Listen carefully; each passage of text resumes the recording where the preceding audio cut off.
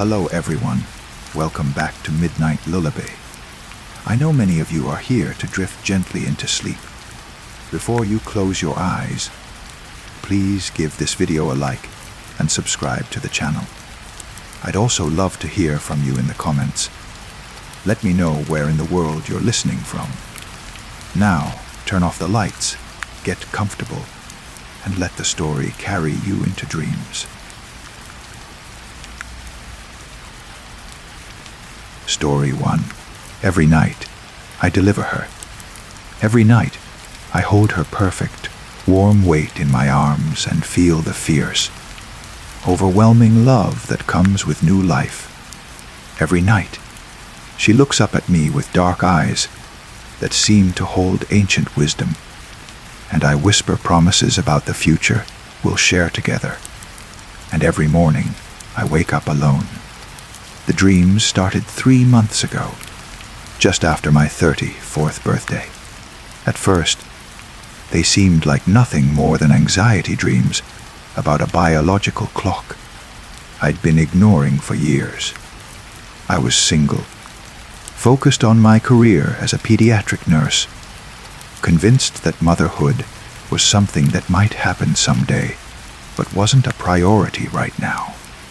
But these dreams were different. They weren't vague anxieties or symbolic representations of my subconscious desires. They were detailed, vivid, completely consistent experiences that felt more real than my waking life. In the dreams, I'm always in the same hospital room, room 314 at Mercy General, though I've never worked at Mercy General. I've been at Children's Hospital for 8 years. The room is painted a soft yellow, with morning sunlight streaming through gauze curtains, and the distant sound of traffic filtering in from the street below. I'm in labor, but it doesn't hurt. There's pressure, intensity, the overwhelming sensation of my body doing exactly what it was designed to do, but no pain. I can hear myself breathing in the measured rhythm they teach in birthing classes I've never taken, and I can feel hands on my shoulders, supportive, gentle, belonging to people whose faces I can never quite see. The delivery is swift and smooth. One moment I'm pushing, focused entirely on the task at hand, and the next moment she's here, 7 pounds 4 ounces, 20 inches long, a head of dark hair, and those impossibly wise eyes that seem to see straight through to my soul. She's beautiful, someone says, a voice I recognize but can't place. Perfect in every way. They place her on my chest, and the feeling is indescribable. Complete. Like every moment of my life up to this point has been preparation for this single instant of connection. Her tiny hand curls around my finger with surprising strength, and I know with absolute certainty that I would do anything, sacrifice anything, to protect this perfect little person. What's her name? Someone asks. Luna, I say without hesitation, though I've never particularly liked that name in my waking life. Her name is Luna. The dream continues for hours, or what feels like hours. I hold her, feed her, count her tiny fingers and toes. I memorize the curve of her ears, the way her mouth moves when she sleeps, the sound of her breathing. Every detail burns itself into my memory with photographic clarity. And then I wake up. The first few times, I dismissed it as nothing more than particularly vivid dreams brought on by my work environment. As a pediatric nurse, I'm surrounded by children all day. I see new mothers bonding with their babies, witness the raw emotion and overwhelming love that comes with birth. It made sense that my subconscious would process these experiences in dream form. But the dreams kept coming, night after night, with the same setting, the same sequence of events, the same baby. Luna, my daughter who existed only in sleep. I started keeping a dream journal, documenting every detail I could remember upon waking. The more I wrote, the more convinced I became that these weren't just dreams. They were too consistent, too detailed, too emotionally real. I could smell the hospital room, antiseptic and floor wax mixed with the clean scent of new life.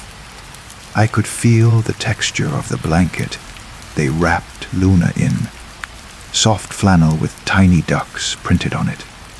I could hear the specific rhythm of the machines monitoring my vital signs. Every sense was engaged, every detail perfect and unchanging from dream to dream. I started researching pregnancy dreams, vivid dreaming, false pregnancy symptoms. I learned about pseudocyesis, false pregnancy syndrome, where women experience all the physical symptoms of pregnancy without actually being pregnant. But I wasn't experiencing physical symptoms. I felt fine during the day, completely normal. It was only at night, in my dreams, that I became a mother. After 2 weeks of nightly deliveries, I made an appointment with my doctor. I couldn't bring myself to explain about the dreams.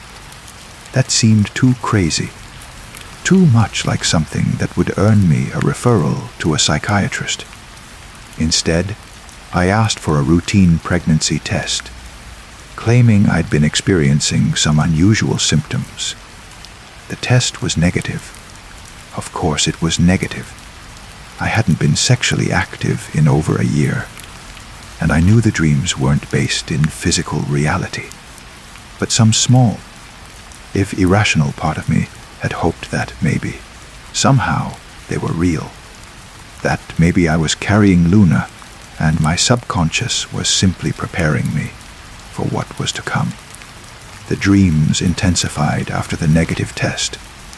Now, instead of ending after the delivery, they continued through imaginary hospital stays, first days at home, the overwhelming responsibility and joy of caring for a newborn. I would dream of changing diapers, of midnight feedings, of the way Luna would settle immediately when I held her against my chest. I became an expert on every aspect of her development, even though she existed only in my sleeping mind. I knew that she preferred to sleep on her side, that she had a tiny birthmark just behind her left ear, that she made the most contented sighs when she was falling asleep after feeding, and I began to love her with a fierceness that frightened me. It's hard to explain what it feels like to love someone who doesn't exist.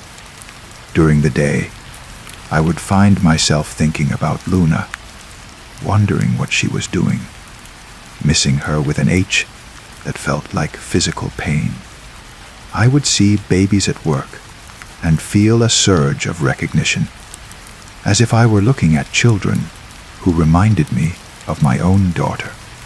I started buying things, small things at first, a stuffed animal here, a baby blanket there. I told myself I was just being practical, getting ready for the possibility of future motherhood. But I knew I was buying these things for Luna specifically, choosing colors and styles that matched what I'd seen her wearing in my dreams. My apartment began to fill with baby items, a crib that I assembled but never used, clothes in newborn sizes, bottles and formula, and tiny socks. I arranged everything in the spare bedroom, creating a nursery for a child who existed only in my unconscious mind. Friends began to ask questions. Why was I suddenly so interested in baby items? Was I seeing someone new? Was there something I wasn't telling them? I made vague excuses about planning ahead, about wanting to be prepared. but I could see the concern in their eyes. The truth was, I was losing the ability to distinguish between my dream life and my waking life. The hours I spent with Luna felt more real, more meaningful than anything that happened during the day. I began to resent having to wake up, to leave her behind in whatever space dreams occupy when we're not experiencing them. I started taking sleeping pills to extend the dreams, to spend more time with Luna.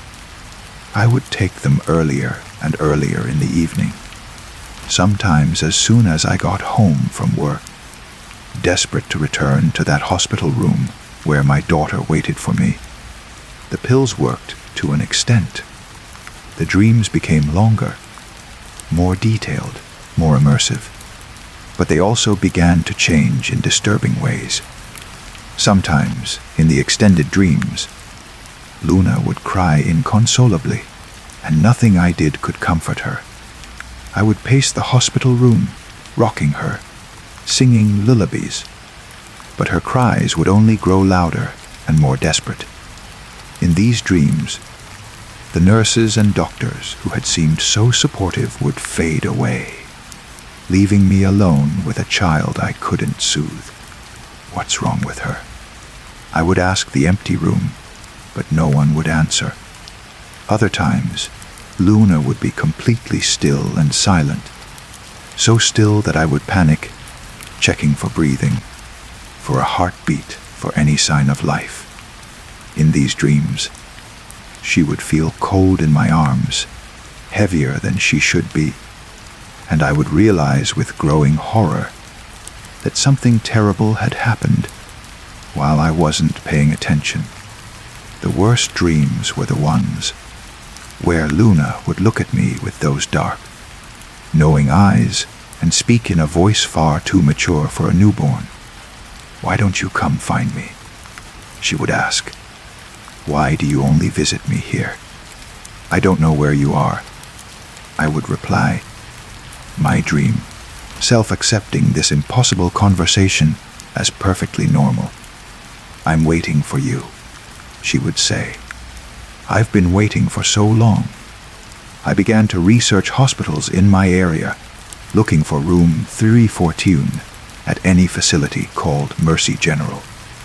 I found 3 hospitals with that name within a 50-mile radius, and I visited each one, asking to see their maternity wards.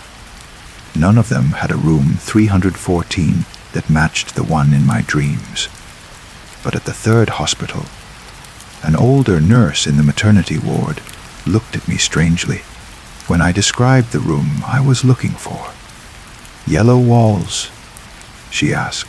"Gauze curtains? East-facing window?" "Yes," I said, my heart racing. "Do you know that room?" "We had a room like that," she said slowly.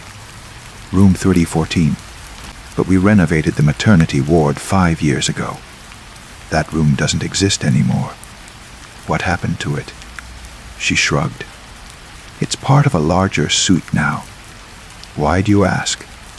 I couldn't explain about the dreams without sounding insane.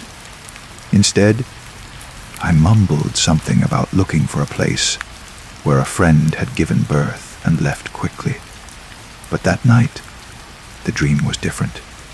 Instead of the familiar yellow room, I found myself in a larger, modern suite with blue walls and fluorescent lighting. Luna was there, but she looked older, less like a newborn and more like a toddler. She stood beside the hospital bed, watching me with those same dark eyes. "You found it," she said in her impossible, too mature voice. "But it's too late now. I've grown up without you." I woke up crying, filled with a sense of loss so profound it felt like physical pain.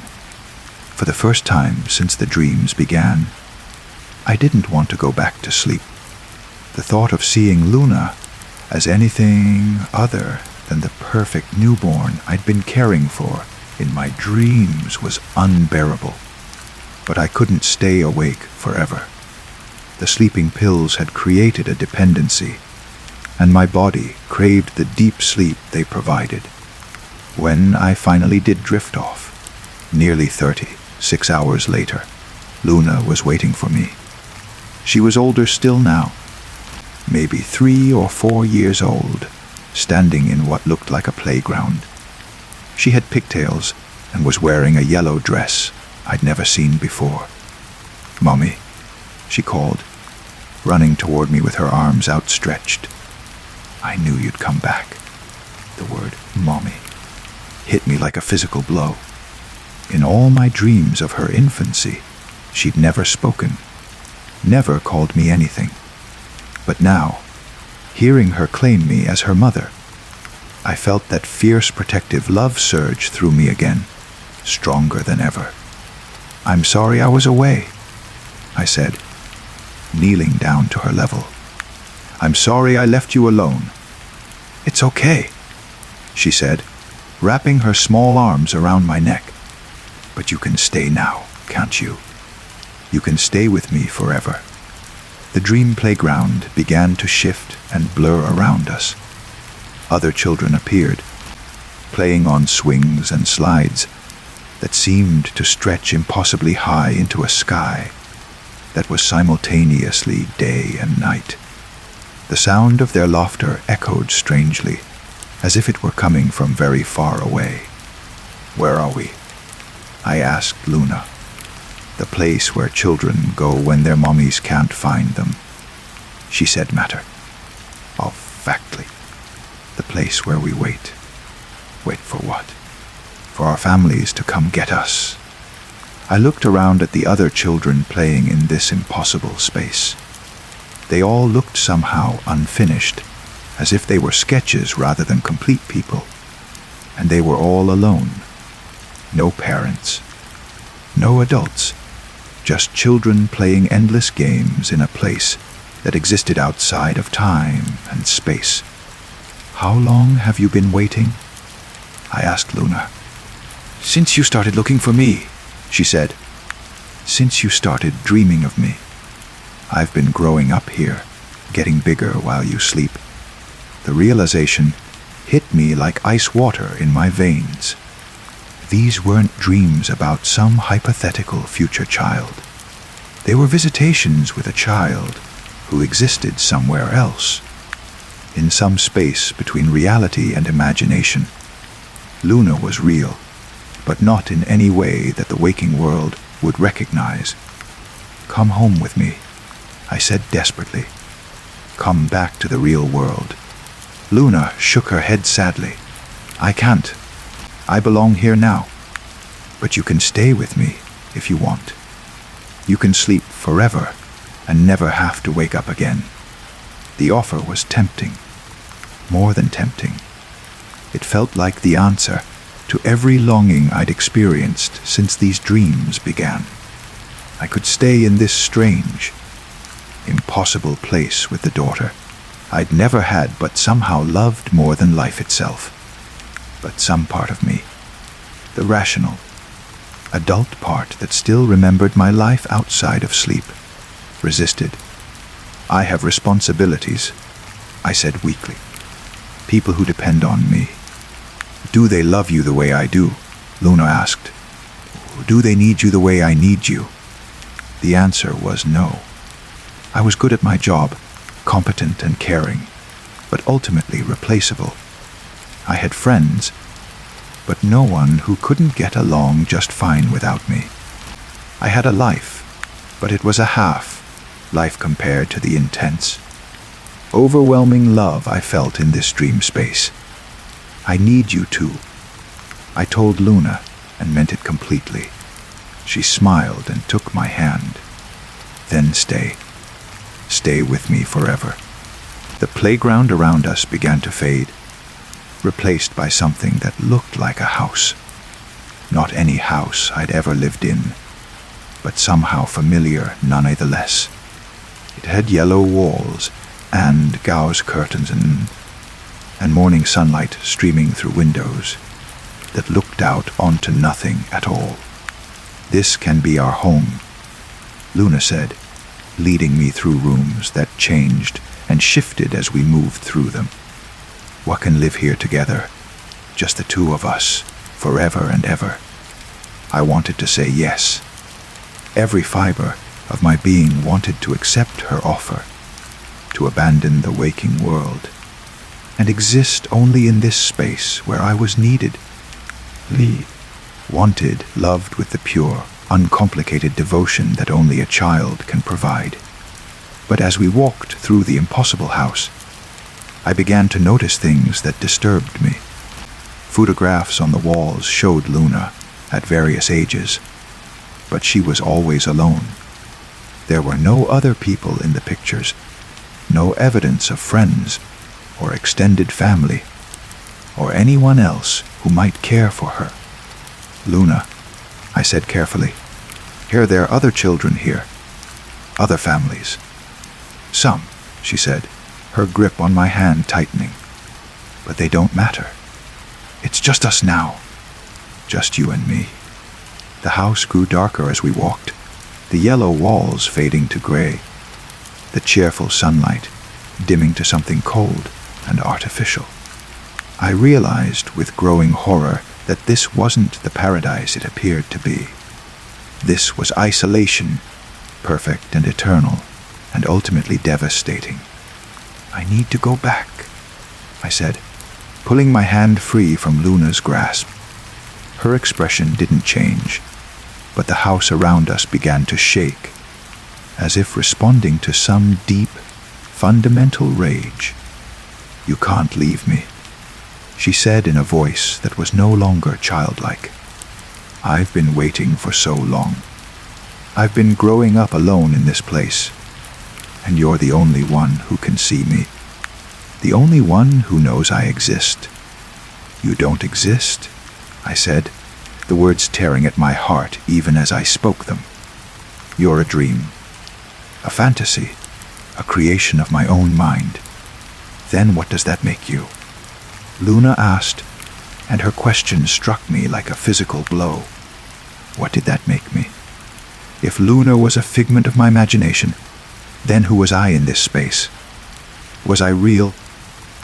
Or just another dream character in an elaborate fantasy my mind had constructed? The house around us began to crumble, walls dissolving into static and shadow. Luna grew taller, older, her face becoming less childlike and more accusatory. "You created me," she said, her voice echoing with the weight of abandoned possibilities. "You brought me into existence with your longing, your need, your desperate desire for purpose. And now you want to abandon me, just like everyone else does. I'm not abandoning you. You are," she screamed, and the sound shattered what remained of the dream house.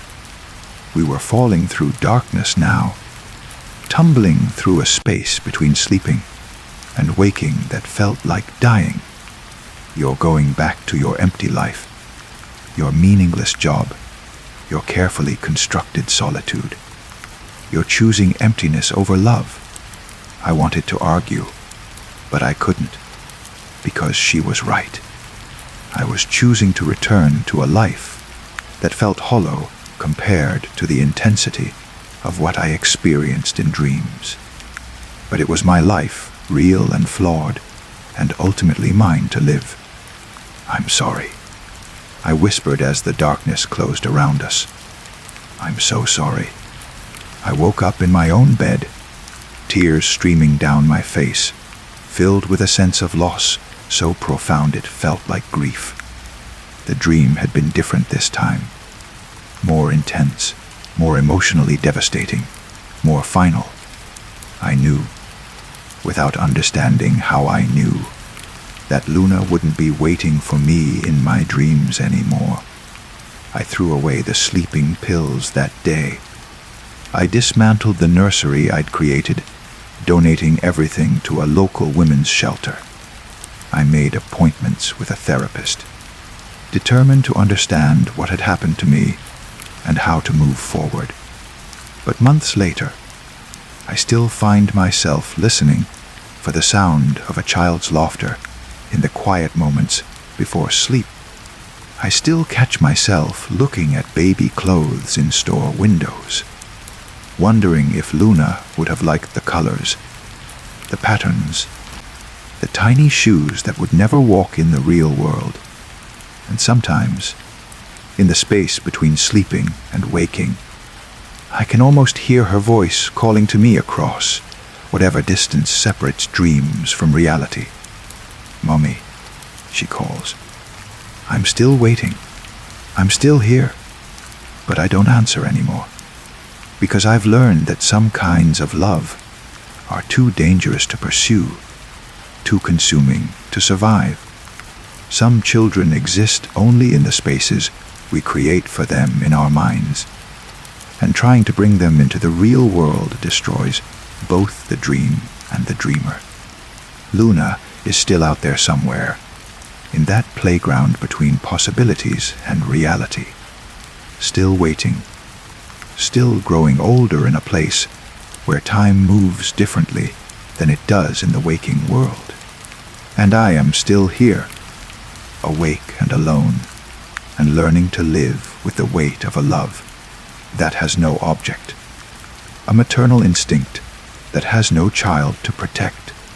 The baby I never hold haunts my dreams no longer, but she lives forever in the space between what is and what might have been. Some nights that feels like enough. Most nights it doesn't. Story 2. The elevator buttons gleam like yellow eyes in the dim lighting of the corporate tower's lobby. Floors 1 through 12, basement, and the maintenance access that requires a special key I've never seen. 27 years I've been the night security guard for Meridian Financial, and I know every button, every floor, every corner of this building like the lines on my weathered hands. My name is Frank Morrison, and my routine is carved in stone. 10 p.m. to 6 a.m., 5 nights a week, walking the same halls, checking the same doors, ensuring that nothing disturbs the slumber of commerce. The building settles around me like an old coat, familiar and comfortable despite its size. 43 floors of offices, conference rooms, and executive suites, all sleeping peacefully under the watch of an old man with arthritic knees and reading glasses held together with electrical tape. The elevator system is digital now, has been for 15 years, with bright LED displays that show the current floor in crisp, modern numerals. During the day, the elevators run constantly, ferrying employees and visitors between floors with the efficiency of a well-oiled machine. At night, they rest in the lobby, doors closed, waiting for my rounds or the occasional late, working executive who needs access to the upper floors. I have a key card that grants me access to every floor except the 43rd, which houses the server room and requires dual authorization from the IT director and building management. My rounds follow a simple pattern basement to 42nd floor, checking each level systematically, then back down to start the cycle again.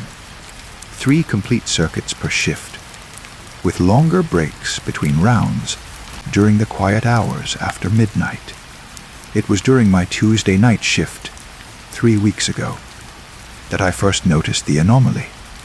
I was completing my fun AM round, riding elevator car number 3 up from the 38th floor, when I glanced at the floor indicator and saw something that made me question my tired eyes.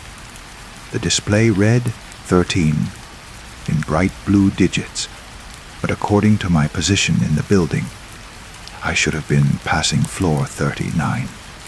I pressed the button for 39, thinking perhaps the elevator had malfunctioned and stopped on the wrong floor. But when the doors opened, I found myself looking at the familiar 30, ninth floor lobby. Executive offices with their polished wooden doors and photographs of company founders lining the walls. The floor indicator still read 13, even as I stepped out into what was clearly the 39th floor. I made a note in my security log, 1:15 a.m. Elevator 3 display malfunction. Shows floor 13 while actually on floor 39. Maintenance required. But when I returned to the lobby and looked at my log entry, the words had changed. In my own handwriting, the note read 1:15 a.m. Elevator 3 functioning normally. Floor indicators accurate. I stared at the page, certain that I had written something different. But the ink was my blue Bic pen. The handwriting was unmistakably mine, and the paper showed no signs of erasure or alteration. Memory plays tricks on tired minds, especially during night shifts, and I decided to chalk it up to exhaustion.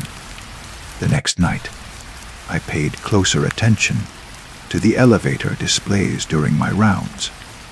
Floors 1 through 12 showed normally, their numbers ascending in the logical sequence I had followed thousands of times before. But as I continued upward, I began to notice inconsistencies. The elevator would show floor 15, while I was clearly on floor 26. Floor 8 would appear when I was riding between 30 and 31. The numbers seemed random, unconnected to the actual floors I was visiting. Yet each floor I stepped onto was exactly where it should be. The 20th floor contained the marketing department offices. The 35th floor housed the legal team.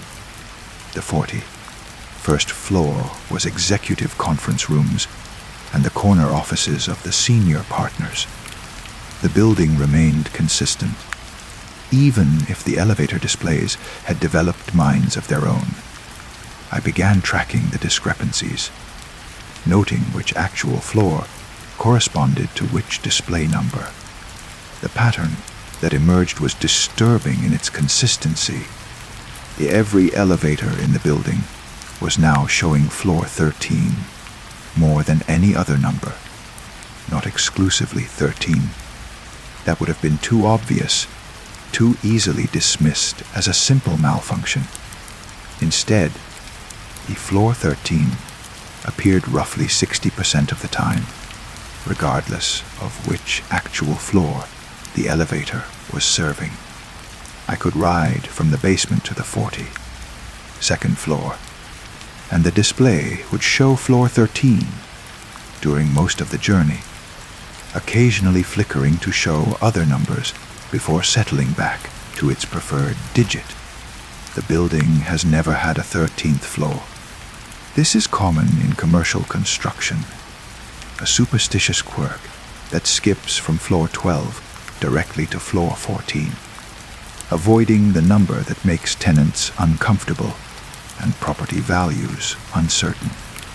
I had worked in this building for over 2 decades, and I knew its layout as well as I knew my own apartment. 12 floors, then 14, 15, 16, and so on up to 43. No 13th floor had ever existed here, but the elevators insisted otherwise. During my 3rd week of documenting the anomaly, I decided to test the system directly, instead of simply riding the elevators during my normal rounds. I would press the button for each floor and verify that the elevator took me where I expected to go. If the display showed floor 13, I would note which actual floor the doors opened onto. I started with elevator car number 1, pressing the button for floor 5. The elevator rose smoothly, and when it stopped, the display showed 13 in bright blue numerals. The doors opened onto the 5th floor, accounting department, beige carpeting, motivational posters about teamwork and excellence. I stepped out to confirm the floor directory mounted beside the elevators. Floor 5, accounting, payroll, human resources. The elevator display continued to insist I was on floor 13. I returned to the elevator and pressed the button for floor 18. Again, the display showed 13 when the doors opened onto the 18th floor. Regional sales offices with their glass, walled conference rooms and wall-mounted flat screen monitors showing stock prices and market updates. The floor directory confirmed I was on 18, but the elevator remained convinced I had never left 13. This pattern continued throughout my experiment. No matter which floor I selected, no matter which elevator car I used, the display showed floor 13 approximately 60% of the time. The floors themselves remained exactly as they should be. The right offices, the right layouts, the right identifying signage. But according to the elevator system, I was spending most of my time on a floor that didn't exist. I began to wonder what would happen if I actually tried to visit floor 13. The button for 13 didn't exist on the elevator panel, of course. The row of buttons skipped from 12 to 14, as it always had. But late one night, during the quiet hours when the building felt most isolated from the waking world, I found myself staring at that gap between 12 and 14, wondering what would happen if I pressed the space where 13 should be. The elevator panels are touch sensitive, with raised buttons that click satisfyingly when pressed. I ran my finger along the space between 12 and 14, feeling only smooth metal with no button or sensor. But as I touched that empty space, the elevator lurched slightly, as if responding to a command. The floor display immediately changed to 13, and the elevator began to rise. I hadn't pressed any button. I had simply touched the space where a button might have been, and the elevator had interpreted the touch as a valid destination. My stomach tightened as I watched the floor counter hold steady at 13, even as I felt the elevator continuing to ascend. When the doors opened, I found myself looking at something impossible. It was a floor I had never seen before, despite 27 years in this building. The layout was similar to the others. A central elevator lobby with hallways branching off in 4 directions. But everything was subtly wrong. The carpeting was a shade of gray that didn't match any other floor in the building. The wall color was an off-white that seemed to absorb light rather than reflect it. The ceiling fixtures were identical to those on every other floor, but they hummed with a frequency that made my teeth ache. The directory beside the elevator was blank, not removed, not damaged, simply blank, as if it had been manufactured without any text or department listings. The metal plate was mounted in the exact position where directories appeared on every other floor, but its surface was smooth and featureless, reflecting the sickly light from the overhead fixtures. I stepped out of the elevator, my security boots silent on the gray carpeting. The hallways stretched away from the central lobby, lined with doors that bore no numbers, no nameplates, no indication of what lay behind them. The silence was complete. No hum of ventilation systems, no distant traffic noise from the street below, no electronic buzzing from computers or phones. I walked down the north corridor, noting that the doors were identical to those on every other floor. The same brushed steel handles, The same frosted glass panels, the same corporate aesthetic that marked this building as thoroughly modern and professionally managed. But when I tried the handles, every door was locked, and the frosted glass revealed nothing of the spaces beyond. At the end of the corridor, I found a fire exit door with a small window at eye level. Through the glass, I could see the city stretching away below me, lights twinkling in the darkness, traffic moving along the familiar streets. The view corresponded roughly to what I would expect from the 13th floor, if such a floor existed, higher than the 12th floor perspective I knew, but lower than the 14th floor view from the marketing department. I was looking at the city from a floor that shouldn't exist, in a building that had never contained it. The rational part of my mind insisted that this was impossible. Buildings don't spontaneously generate new floors. Elevator systems don't transport people to spaces that aren't there. What I was experiencing had to be a hallucination, a breakdown in perception, brought on by years of night shift work and the isolation of walking empty halls in the small hours of morning. But the floor felt solid under my feet. The air had weight and temperature. When I touched the walls, they were cool and smooth, with the texture of painted drywall over steel studs.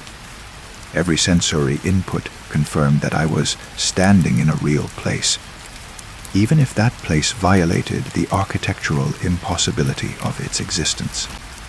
I walked back to the elevator, noting that my footsteps left faint impressions in the gray carpeting, as if the fibers were designed to remember the passage of visitors.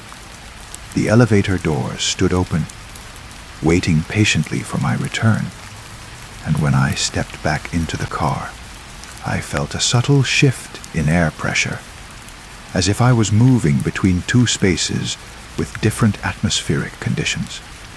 I pressed the button for the lobby, but nothing happened. The floor display continued to show 13, and the elevator remained motionless. I tried other floors, 5, 18, 31, but the buttons seemed to have lost their responsiveness. Only when I touched the space between 12 and 14 did the elevator respond, dropping rapidly toward the ground floor. When the doors opened in the lobby, I checked my watch and discovered that 3 hours had passed. According to my timepiece, I had been exploring floor 13 for nearly the entire remainder of my shift. But in my memory, the visit had lasted perhaps 20 minutes. A brief walk through the corridors, a look out the fire exit window, a confused return to the elevator. Time had stretched or compressed around that impossible floor, and I had lost track of its passage. I made my final security log entry of the shift. 5:47 a.m., all floors checked and secured. Building systems functioning normally. But as I wrote those words, I could feel their inadequacy. Nothing about this building was functioning normally. The elevator system was showing floors that didn't exist, transporting visitors to spaces that violated the fundamental architecture of the structure. And somehow, I had become complicit in maintaining the fiction that everything was exactly as it should be. The next night, I returned to work with a digital camera, determined to document what I had experienced. If floor 13 truly existed, I would photograph it, creating evidence that couldn't be dismissed as the fantasy of an overworked security guard. The camera was small enough to fit in my shirt pocket, with enough memory to capture dozens of high-resolution images. But when I tried to reach floor 13 again, touching the space between 12 and 14, nothing happened. The elevator responded normally, taking me to whichever floor. I selected with boring efficiency. The display showed the correct floor numbers, and my rounds proceeded without incident. I spent the entire shift attempting to recreate the conditions that had allowed me to visit the 13th floor. Different elevator cars, different times, different combinations of button presses. Nothing worked. According to every measurement I could make, floor 13 had returned to non-existence, leaving me with only memory as evidence of my impossible visit. But during my final round of the night, as I rode elevator car number 3 from the 40th floor down to the lobby, something changed in the reflection of the elevator doors. The polished steel surfaces of the doors act as mirrors, showing distorted images of the elevator's interior. Normally, I would see myself, a tall, slightly overweight man in a security uniform, looking tired after a long night of walking empty hallways. But in the reflection, I saw something else. I saw myself standing in the gray, carpeted lobby of floor 13, looking out through the elevator doors at the familiar interior of elevator car number 3. The reflection showed me on the impossible floor, while my physical body rode the elevator down through the existing building. For a moment, I existed in both spaces simultaneously, connected by the silvered surface of the elevator doors. The reflection, me was not alone. Behind him, behind me, other figures stood in the gray lobby of floor 13. Security guards in uniforms similar to mine, but from different eras, different companies. A woman in a blue blazer with a name tag that read Meridian Financial. Night Security 1987-2003. A younger man in a brown uniform that predated the current corporate color scheme by at least a decade. An elderly guard whose badge identified him as working for a company I didn't recognize, though his face was familiar in a way that suggested I had seen his photograph in some old personnel files. They all looked tired, the way night shift workers always look tired, but their expressions held a quality of patient waiting, as if they were expecting something that might take a very long time to arrive. When the reflection, me noticed them, they nodded in acknowledgement, a gesture of professional courtesy between people who understood the particular loneliness of guarding empty buildings in the dark hours. The elevator reached the lobby, and the reflection disappeared as the doors opened. I stepped out into the familiar marble, floored space, but I could still feel the weight of those watching eyes, the presence of the other guards who had found their way to the floor that existed between floors. Over the following weeks, I began to notice changes in my own reflection. During my rounds, whenever I passed a mirror or looked into the polished surface of an elevator door, I could see traces of the gray carpeting beneath my feet, even when I was standing on the patterned commercial carpet of the existing floors. My reflection showed me moving through spaces that blended the real building with the impossible architecture of floor 13, as if I was gradually transitioning between the two spaces. The other guards appeared more frequently in these reflections, sometimes walking their own rounds through corridors that ran parallel to mine, sometimes standing in groups in the gray lobby, watching the elevator doors with the patience of people who had learned to wait for things that might never come. I began to understand that floor 13 wasn't just a single impossible space. It was a nexus, a gathering point for all the night guards who had worked this building, who had walked these halls during the quiet hours when the boundary between existing and non-existing becomes permeable. We were all there, in some sense, continuing our rounds in the space between spaces, maintaining security for a building that existed in the margins of architectural possibility. My shifts started feeling different, less like work and more like a pilgrimage to a place where time moved according to different rules. I would arrive at 10 p.m. and clock in normally, but by midnight, I could feel myself beginning to drift between the official building and its impossible 13th floor. My rounds took me through both spaces simultaneously, checking doors that existed and doors that didn't, ensuring the security of floors that were built and floors that simply were. The building management never noticed the discrepancy. The electronic security system recorded my movements through the official floors, logging my keycard access and noting my adherence to the prescribed patrol schedule.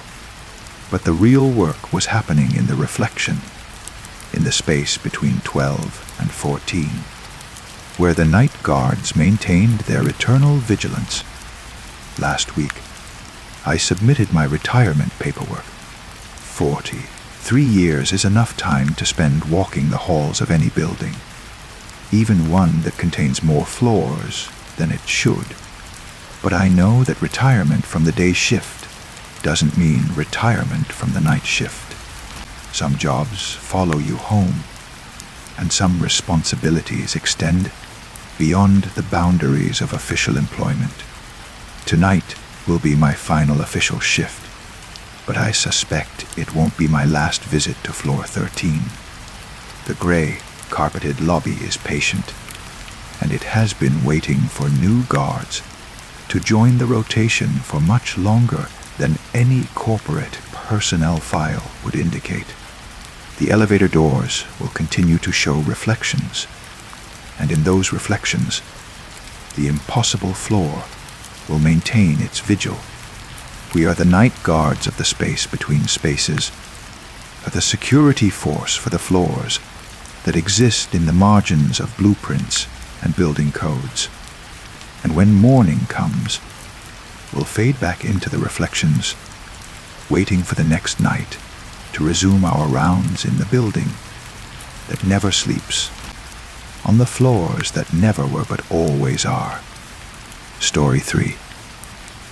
I was reaching for the stapler on the highest shelf when it happened. One moment I was stretching upward in the cramped supply closet at work. Fluorescent lights humming their familiar tune overhead, and the next moment I was falling through what should have been solid wall. The sensation was wrong from the beginning. Not the quick drop you'd expect from stumbling through drywall, but a slow, weightless tumble through space that smelled of old carpet and industrial disinfectant. My stomach lurched not from the fall, but from the impossible wrongness of it all. Walls don't just give way like water. Reality doesn't tear like wet paper. When I finally landed, it was with a soft thud on carpet that felt damp beneath my palms. I pushed myself up, expecting to see the familiar chaos of a construction accident: exposed beams, scattered supplies, concerned coworkers peering down at me. Instead, I found myself in a corridor that stretched endlessly in both directions, lit by flickering fluorescent tubes that cast everything in a sickly yellow-green glow. The walls were yellowed, like old manila folders left too long in sunlight. Not painted yellow, they had the organic, aged look of something that had been white once, but had absorbed decades of nicotine, sweat, and time itself. The carpet beneath me was that particular shade of beige, brown that exists only in forgotten office buildings, with a texture that suggested it had been installed sometime in the 1970s and never replaced. I stood slowly, my legs unsteady, and looked around for some sign of where I was or how I'd gotten here. The corridor was perhaps 8 feet wide, with a drop ceiling made of those foam tiles that always look like they're about to fall. Some of them were water, stained, others slightly askew, creating an uneven patchwork above my head. The fluorescent lights buzzed with electrical conversation, some steady, others flickering in irregular rhythms that made my eyes water when I looked directly at them. The sound was omnipresent, a constant electrical humming that seemed to vibrate inside my skull rather than simply entering through my ears. I called out, my voice echoing strangely in the narrow space. "Hello, is anyone there?" The sound seemed to be absorbed by the yellowed walls almost immediately, dying just a few feet from my mouth, as if the air itself was too thick to carry it far. There was no answer, of course. Just the endless buzz of fluorescent lights, and a sound I was only beginning to notice. A subtle background noise like air circulation, but irregular, almost organic.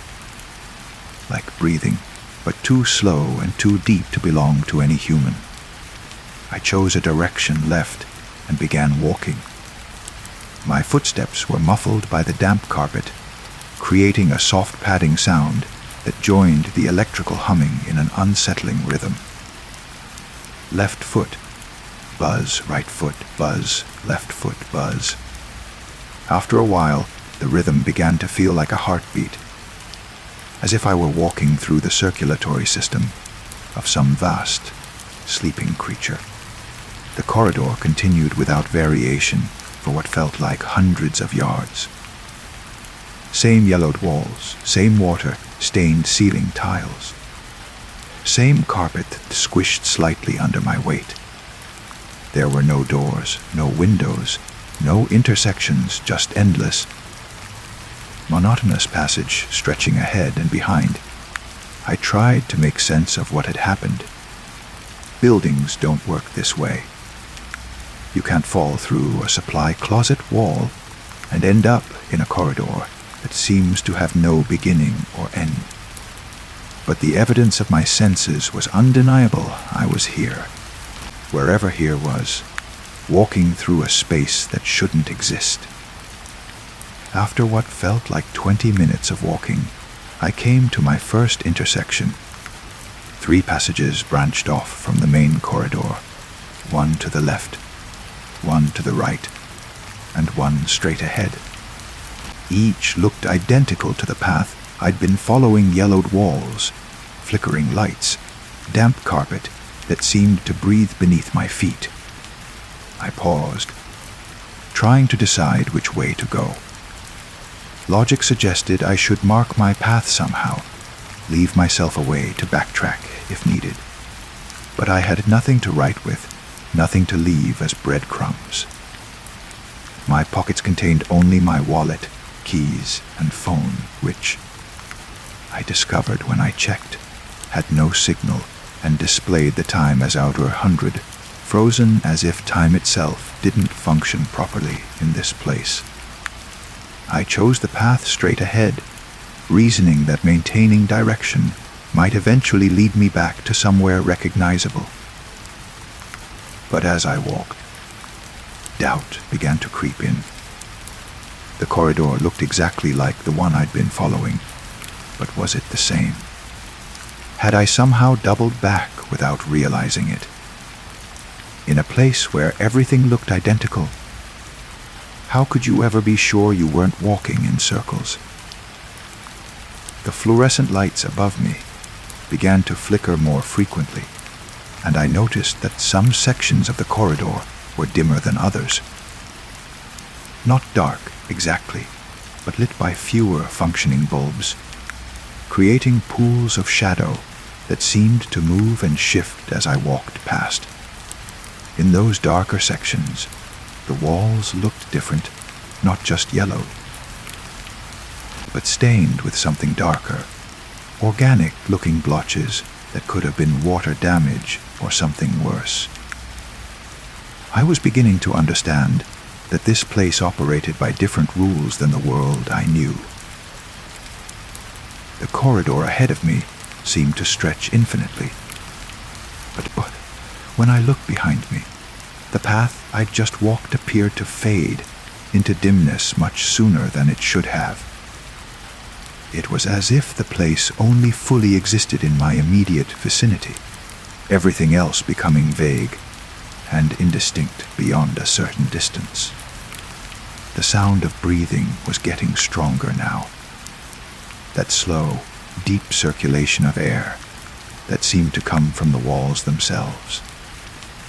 Sometimes I thought I could hear other sounds, mixed in with it distant footsteps, the whisper of fabric against carpet, soft scratching noises that could have been mice in the walls or something else entirely. I passed another intersection, then another. Each time, I tried to maintain my sense of direction, but the identical nature of every passage made it increasingly difficult. The yellowed walls all looked the same. The ceiling tiles all had the same random pattern of water stains. The carpet all had the same damp, spongy texture that made soft squelching sounds when I stepped in certain spots. It was at the fourth or fifth intersection that I first saw the footprints. They were barely visible in the dim fluorescent light, slight depressions in the carpet that could have been made by someone walking this way recently. Or they could have been old impressions, artifacts of whoever had walked these corridors, before the carpet became permanently damp and unable to spring back to its original shape. I knelt down to examine them more closely.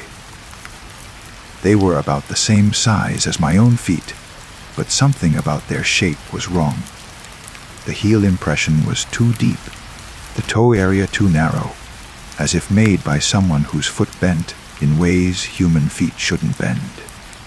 Standing up, I felt a chill that had nothing to do with the temperature of the air, which I realized I hadn't consciously noticed until now.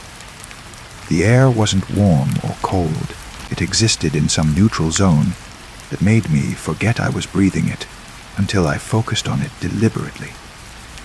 But now, looking at those wrong-shaped impressions in the carpet, I became acutely aware of every breath, every subtle change in air pressure around me. I followed the footprints, telling myself it was better than wandering aimlessly. If someone else was here, they might know the way out. But with each step, the prints seemed to become clearer, more defined, as if whoever had made them was getting closer rather than farther away. The corridor ahead began to curve slightly, the first deviation from straight lines I'd encountered since arriving in this place. As I followed the curve, the fluorescent lights became more erratic, some flickering rapidly, others going dark for several seconds before humming back to life.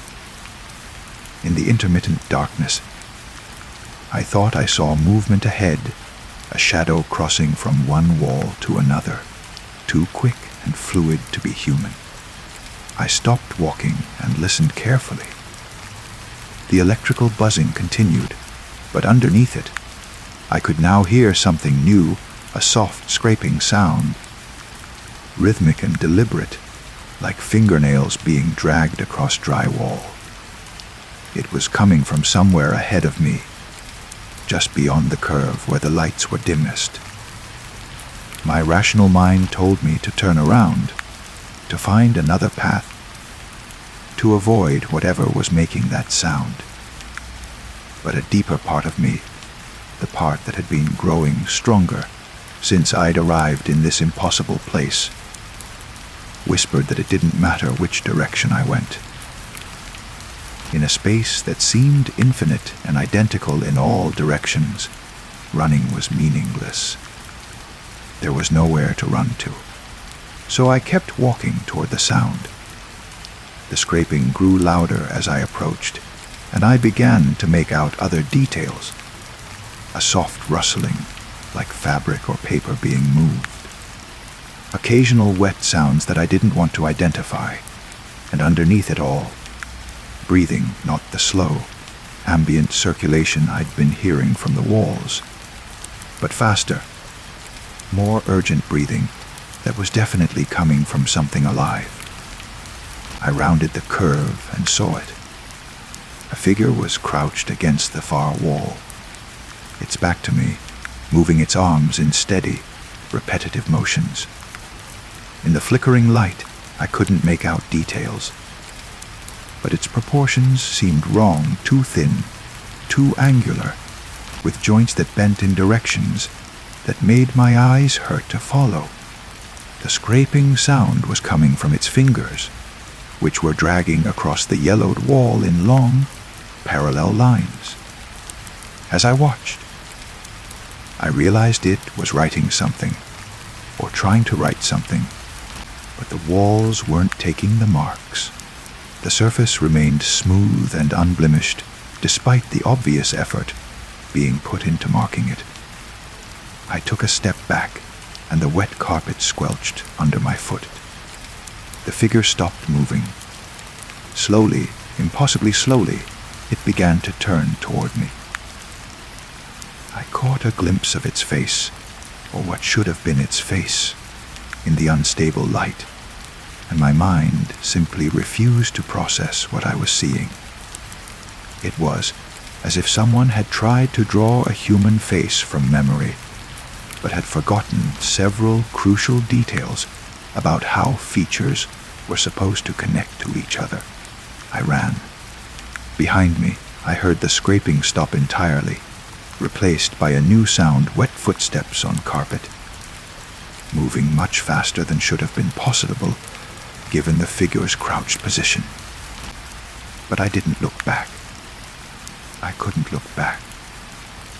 My eyes were focused on the corridor ahead, searching for intersections, for anywhere I could turn and hopefully lose whatever was following me.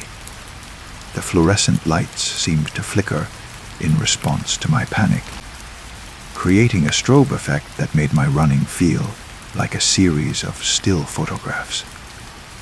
In the spaces between light, I couldn't tell if the corridor ahead was clear, or if there were obstacles, other figures, other things that belonged in this place and knew its rules better than I did. I took a left turn at the next intersection without slowing down, then another left, then a right. But no matter which direction I chose, the corridor looked the same. Yellowed walls, water-stained ceiling, damp carpet that absorbed the sound of my footsteps and turned my running into a muffled, dreamlike flight through endless sameness. When I finally stopped, gasping and dizzy from the strobing lights, I realized I could no longer hear the wet footsteps behind me, but I wasn't relieved. In a place like this, the absence of a threat didn't mean safety. It just meant the threat had become invisible. I leaned against the wall to catch my breath and immediately regretted it. The surface was warm, warmer than room temperature, and seemed to pulse slightly under my palm like skin over a slow heartbeat. I jerked my hand away and saw that it had left a damp print on the yellowed surface, not from moisture on my palm, but as if the wall itself had secreted something in response to my touch. Looking around, I began to notice other details I'd missed in my initial panic. The ceiling tiles weren't all the same after all. Some had small holes in them, perfectly round, as if something had been pushed through from above. The carpet pattern, which I'd thought was random, actually repeated every 12 feet or so, meaning I could theoretically use it to measure distances and track my progress. But progress toward what?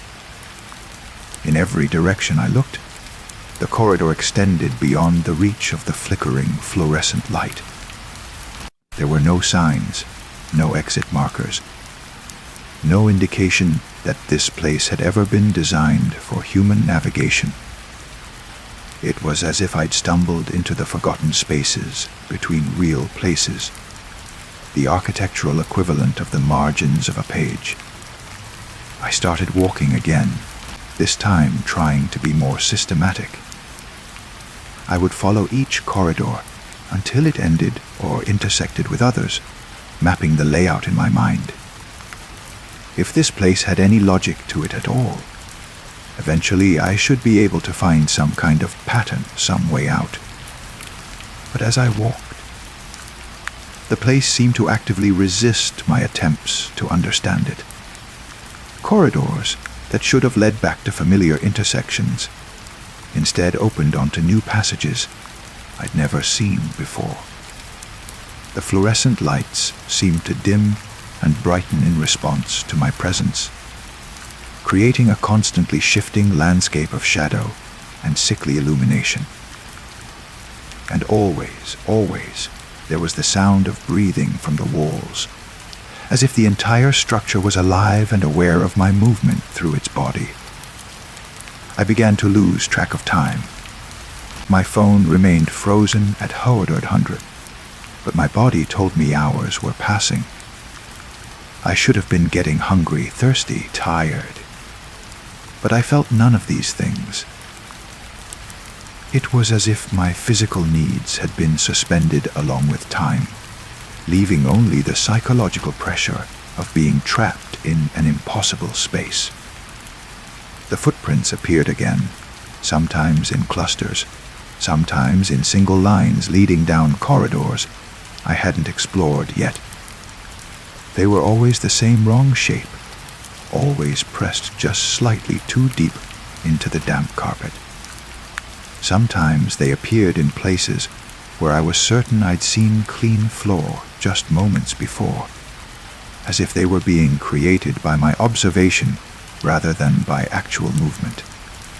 I began to talk to myself, just to hear a human voice in the endless, buzzing silence. I narrated my movements, described what I was seeing, tried to maintain some sense of my own identity in a place that seemed designed to make individuals disappear into its endless, identical corridors. Intersection ahead, I would say. 3 passages. Left looks darker than the others. Middle passage has more water stains on the ceiling. Taking the right passage because I need to pick something, and right feels like progress, even when it probably isn't. But even my own voice began to sound strange after a while, echoing in ways that didn't match the acoustic properties of the narrow corridors. Sometimes it seemed to come back to me from directions I hadn't spoken toward.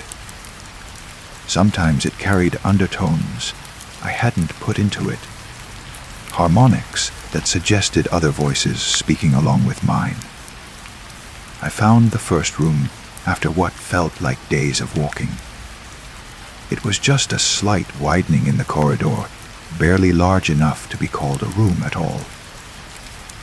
But unlike the endless passages, it had features that broke the monotony.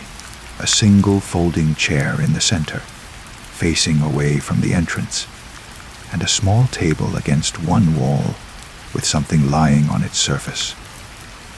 I approached the table cautiously, my footsteps seeming unnaturally loud in the slightly larger space. On the table was a notebook, its pages yellowed with age and damp from the ambient humidity. Next to it was a pen, the kind you might find in any office. Black ink with teeth marks on the cap, where someone had nervously chewed it. I opened the notebook and found pages of handwriting, but the words seemed to shift and blur when I tried to focus on them. I could make out individual letters, but they wouldn't stay still long enough for me to read complete words or sentences. It was as if the text was alive, constantly rewriting itself just at the edge of comprehension. Only one phrase remained stable enough to read. "The only way out is deeper in." I set the notebook down and looked at the chair. It was positioned to face a section of wall that looked exactly like every other section of wall. In this place, yellowed, slightly textured, unremarkable. But something about it drew my attention. The longer I stared at it, the more I became convinced there was something just beneath the surface. Some pattern or image that was almost visible, but not quite. I moved to the chair and sat down, facing the wall. The surface seemed to shimmer slightly, like heat waves rising from hot pavement. As I watched, the shimmer began to take on more definite shapes, lines, and curves that suggested architecture. But architecture that followed different rules than the corridors I'd been walking through. In the wall, I began to see other spaces, rooms within rooms, corridors that curved through dimensions that didn't exist in normal geometry, staircases that climbed in directions that had no names. And moving through these impossible spaces, I saw figures human, shaped but wrong in the same way as the one I'd encountered earlier, their movements too fluid, their proportions subtly incorrect. The vision grew clearer, and I realized I was seeing the true extent of this place. The corridors I'd been walking were just the surface layer, the most accessible level of something vast and complex that extended both inward and outward from physical reality. The back rooms.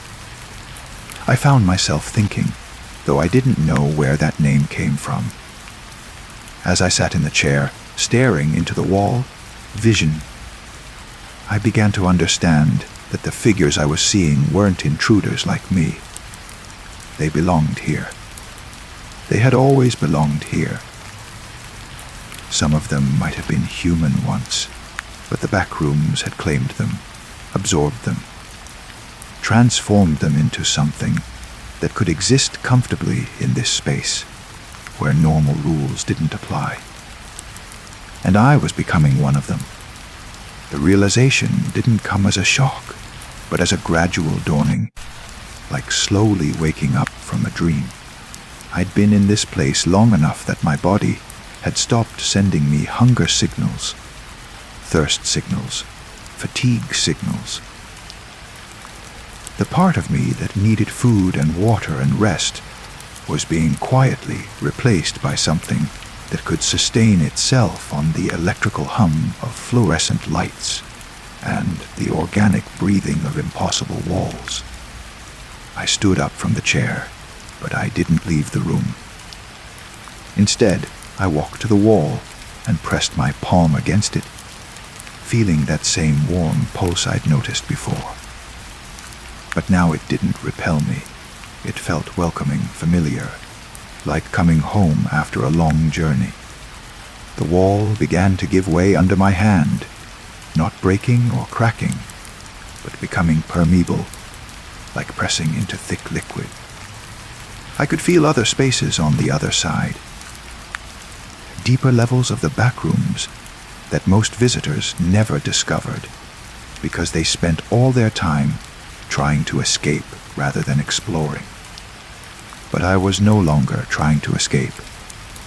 The thought of returning to my old life, the office job, the supply closet, the ordinary world of solid walls and predictable physics seemed increasingly foreign. That place felt like a dream now, a simple, limited reality I'd outgrown. I pushed my hand deeper into the wall and felt it close around my wrist like a warm, damp handshake.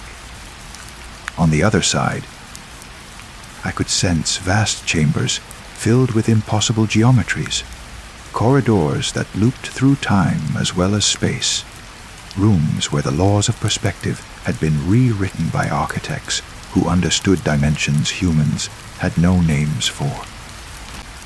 This was where I belonged now. Not in the yellow corridors with their flickering fluorescent lights, but deeper in the spaces where the backrooms revealed their true nature, where the breathing walls exhaled thoughts instead of air, and where footprints in damp carpet were messages written in a language I was finally beginning to learn. I pulled my hand back from the wall and walked to the notebook on the table. This time, when I opened it, the words stayed still long enough for me to read. Day unknown. Found the first room today. The chair faces a wall that shows other levels. I think it's an invitation. Day unknown tried to count the intersections, but the numbers don't stay consistent. 7 paths becomes 3 becomes infinite, depending on how you count. Space works differently here. Day unknown saw another person today, or what used to be a person. They were changing, adapting. Their movements were more fluid, more efficient for this environment. I think they were trying to show me something. Day unknown. The footprints aren't from other people. They're from other versions of me, from the paths I didn't take, the turns I didn't make. Every choice creates a new set of prints, and they all lead to the same place eventually. Day unknown, I understand now. The only way out is deeper in, but out is the wrong word. There is no out. There is only further in. Until you become part of the structure itself, until your thoughts become the breathing in the walls, and your footsteps become the patterns others follow. Day unknowns.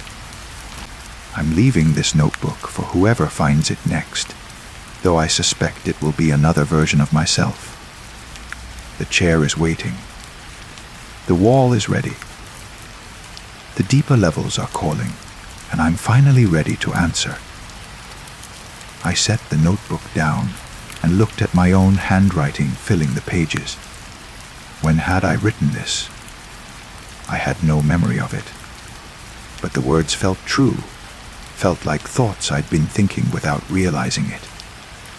I sat back down in the chair and faced the wall.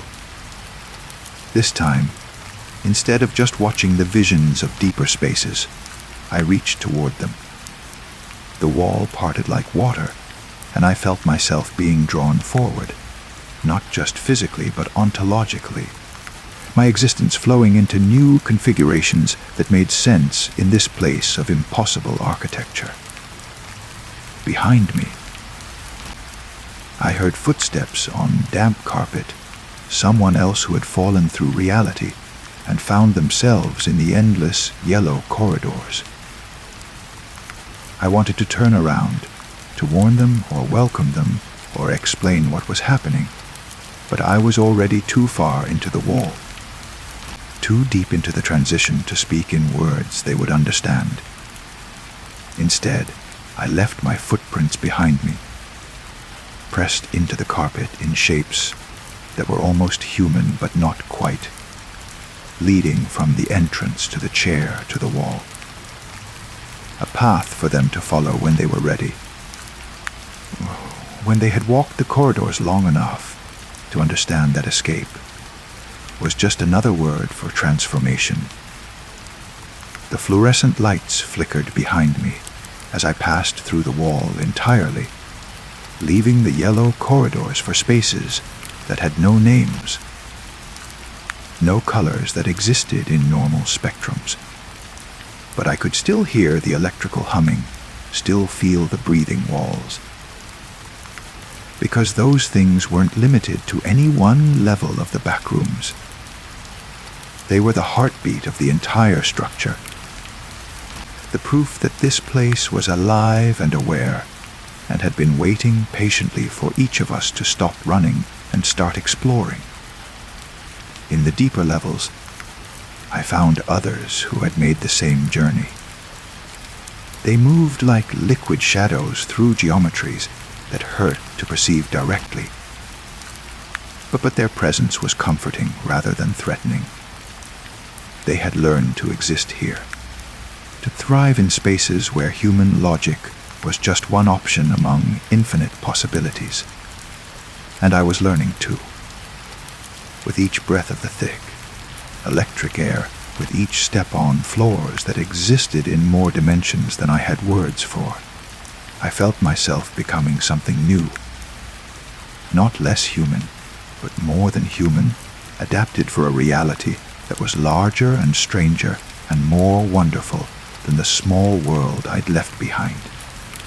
Sometimes, when the electrical humming reached just the right frequency, I could hear echoes from the surface level, the sound of new visitors walking the yellow corridors, counting intersections, leaving footprints in damp carpet. They were afraid, most of them, desperately seeking exits that didn't exist in the form they imagined. But eventually, if they walked long enough, if they listened carefully to the breathing walls and followed the strange footprints to their source, they would find the first room. They would sit in the chair and see the vision in the wall. They would read the notebook and recognize their own handwriting, their own thoughts transcribed in a hand they didn't remember moving. And then they would understand, as I had understood, that the back rooms weren't a prison or a mistake or a glitch in reality. They were an invitation, a doorway to spaces that existed outside the narrow confines of ordinary physics, where our consciousness could explore forms and possibilities that had no names in any human language. The only way out was deeper in, and deeper in was exactly where I wanted to be.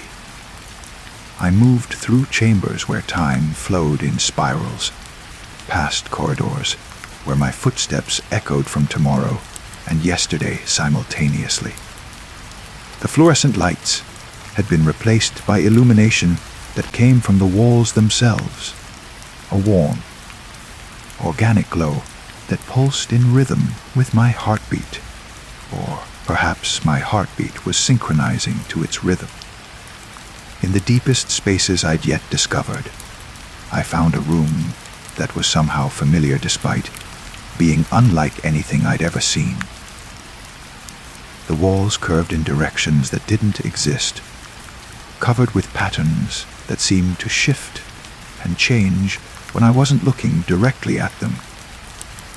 In the center of the room was a desk, and on the desk was a computer terminal displaying a simple message. Welcome home. I sat at the desk and found my hands moving to the keyboard without conscious direction. I began to type, though I wasn't sure what I was writing until the words appeared on the screen. Personal log, integration day unknown. The transition is complete. What I thought was getting lost was actually being found. The back rooms aren't separate from reality.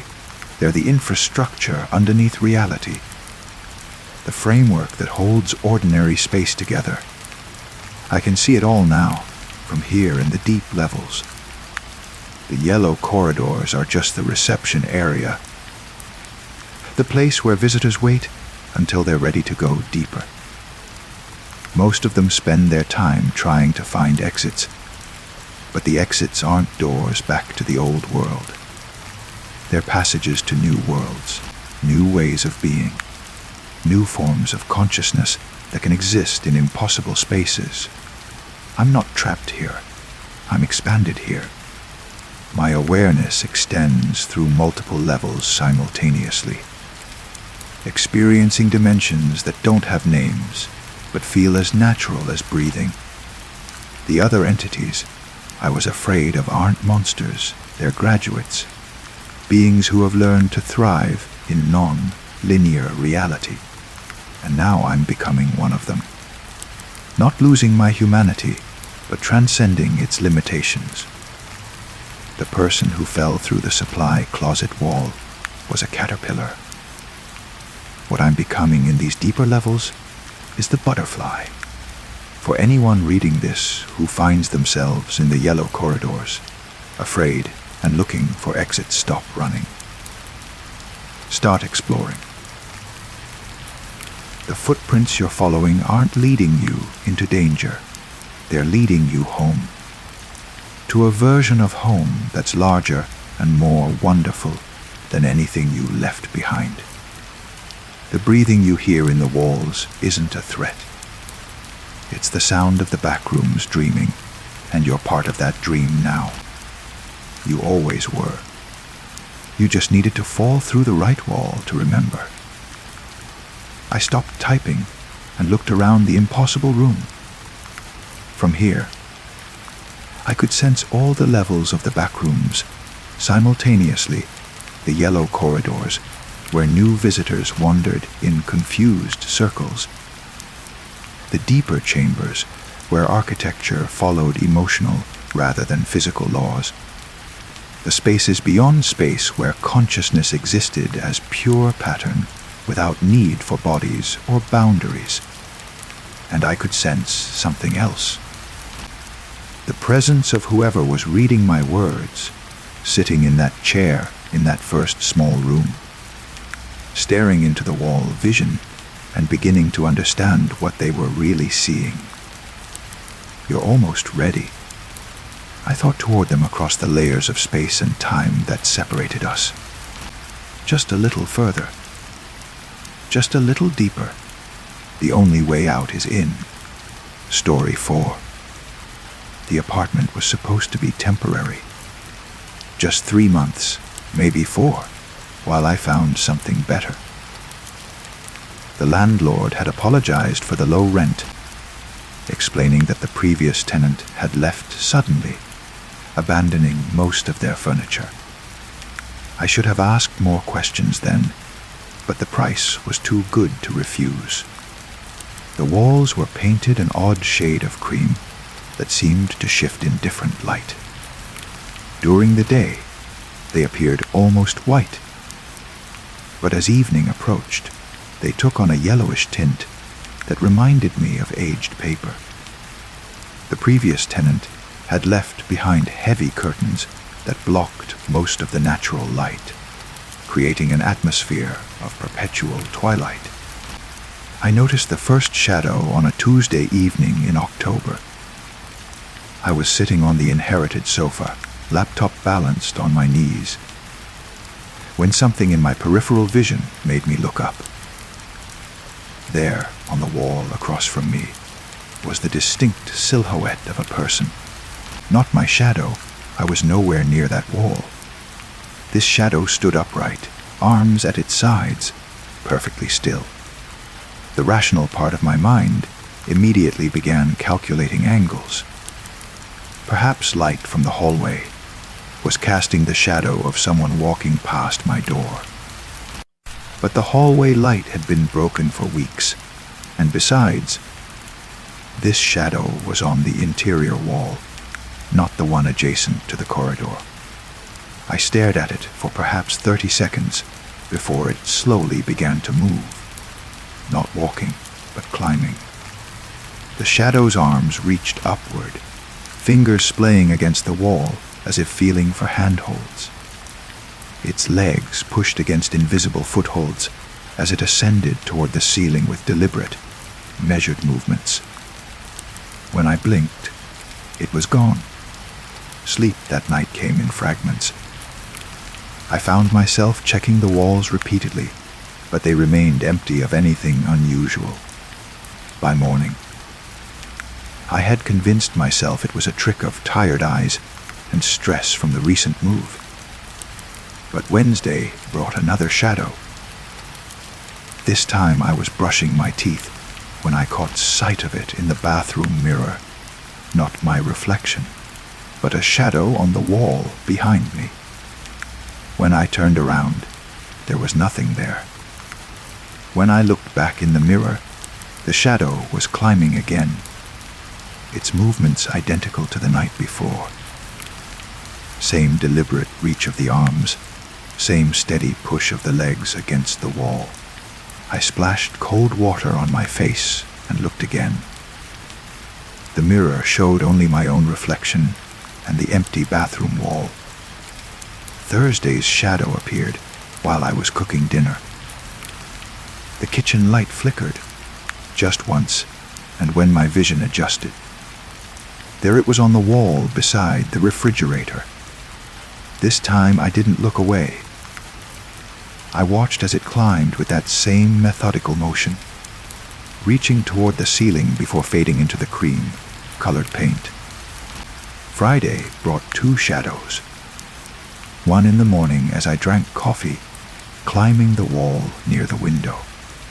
Another in the evening, ascending the wall above my bed.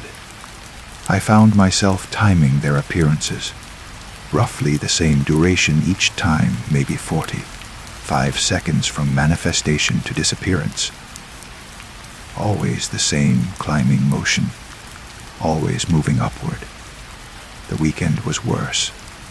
Saturday morning, I woke to find a shadow already climbing the wall across from my bed. Not the gentle awakening of consciousness, but the sharp, alert feeling that comes from being watched. The shadow moved with its familiar pattern, but this time I noticed something new. As it climbed, other shadows seemed to follow in its wake, fainter impressions that flickered at the edge of visibility. I counted them. 7 distinct shadows, all climbing the same wall, all moving in perfect synchronization like a deadly ballet troupe. Sunday night, I decided to investigate. I positioned myself in the center of the living room with a flashlight waiting. When the first shadow appeared on the far wall, I aimed the beam directly at it. The flashlight illuminated the cream paint, but the shadow remained, seemingly unaffected by the additional light source. If anything, it appeared more solid under the artificial illumination. That's when I realized something that made my skin crawl.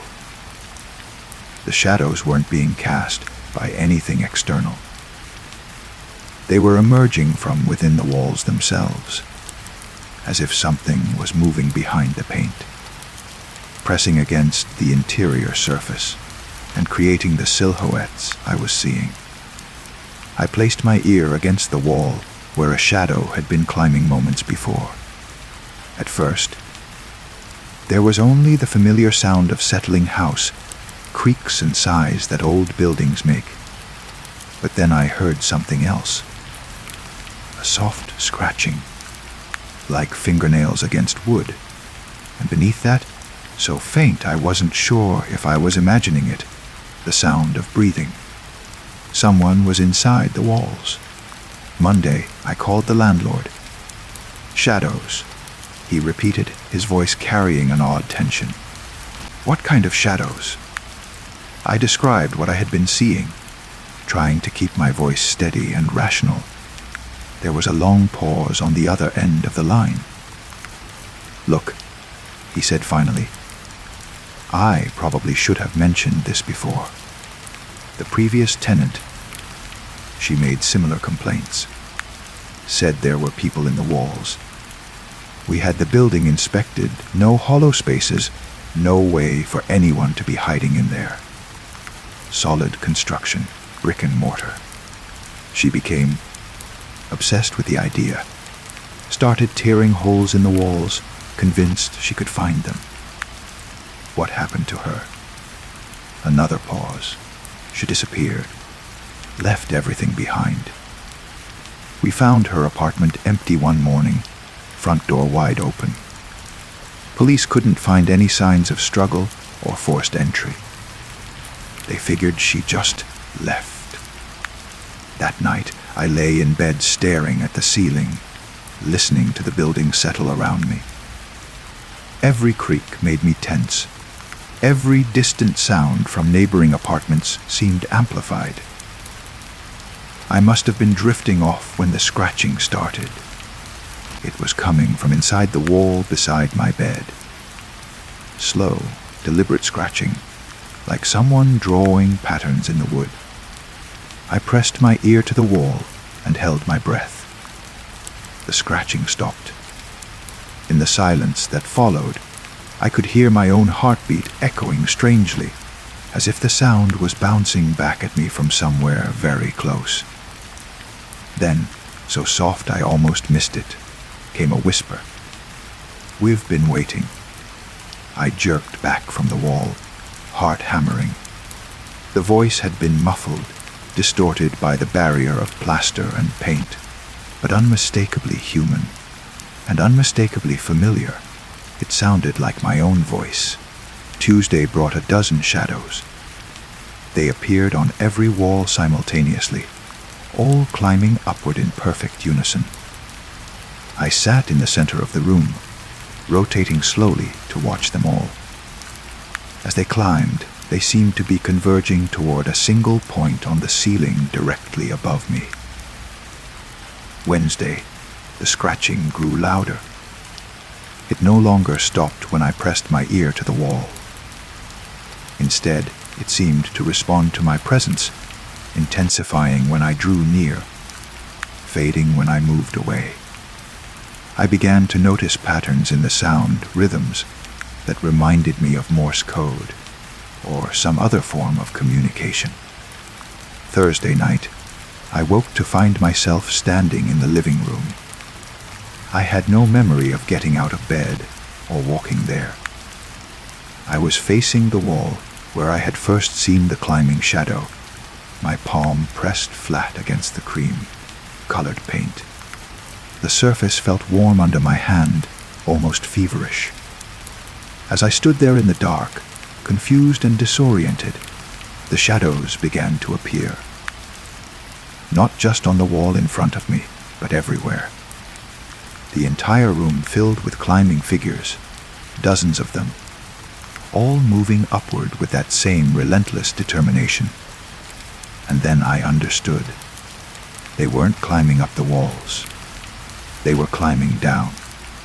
Down from somewhere above, somewhere I couldn't see or comprehend. The ceiling wasn't the destination, it was the entry point. Friday, I found the first crack. A hairline fracture in the paint above my bed, so thin it was almost invisible. But when I ran my finger along it, I could feel air moving through the gap. Cold air that carried with it a scent I couldn't identify, something organic and old. Like leaves decomposing in forgotten corners, the crack grew throughout the day. By evening, it was wide enough to slip a penny into. By midnight, I could see darkness beyond the gap, a hollow space that shouldn't exist in a solid wall. I should have left then. Should have packed my things and found a hotel, called the landlord, done something rational and safe. Instead, I found myself drawn to that crack, compelled to peer into the darkness beyond. What I saw there changed everything.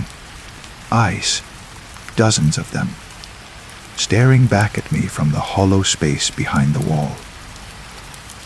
But they weren't strange eyes, weren't the eyes of monsters or intruders.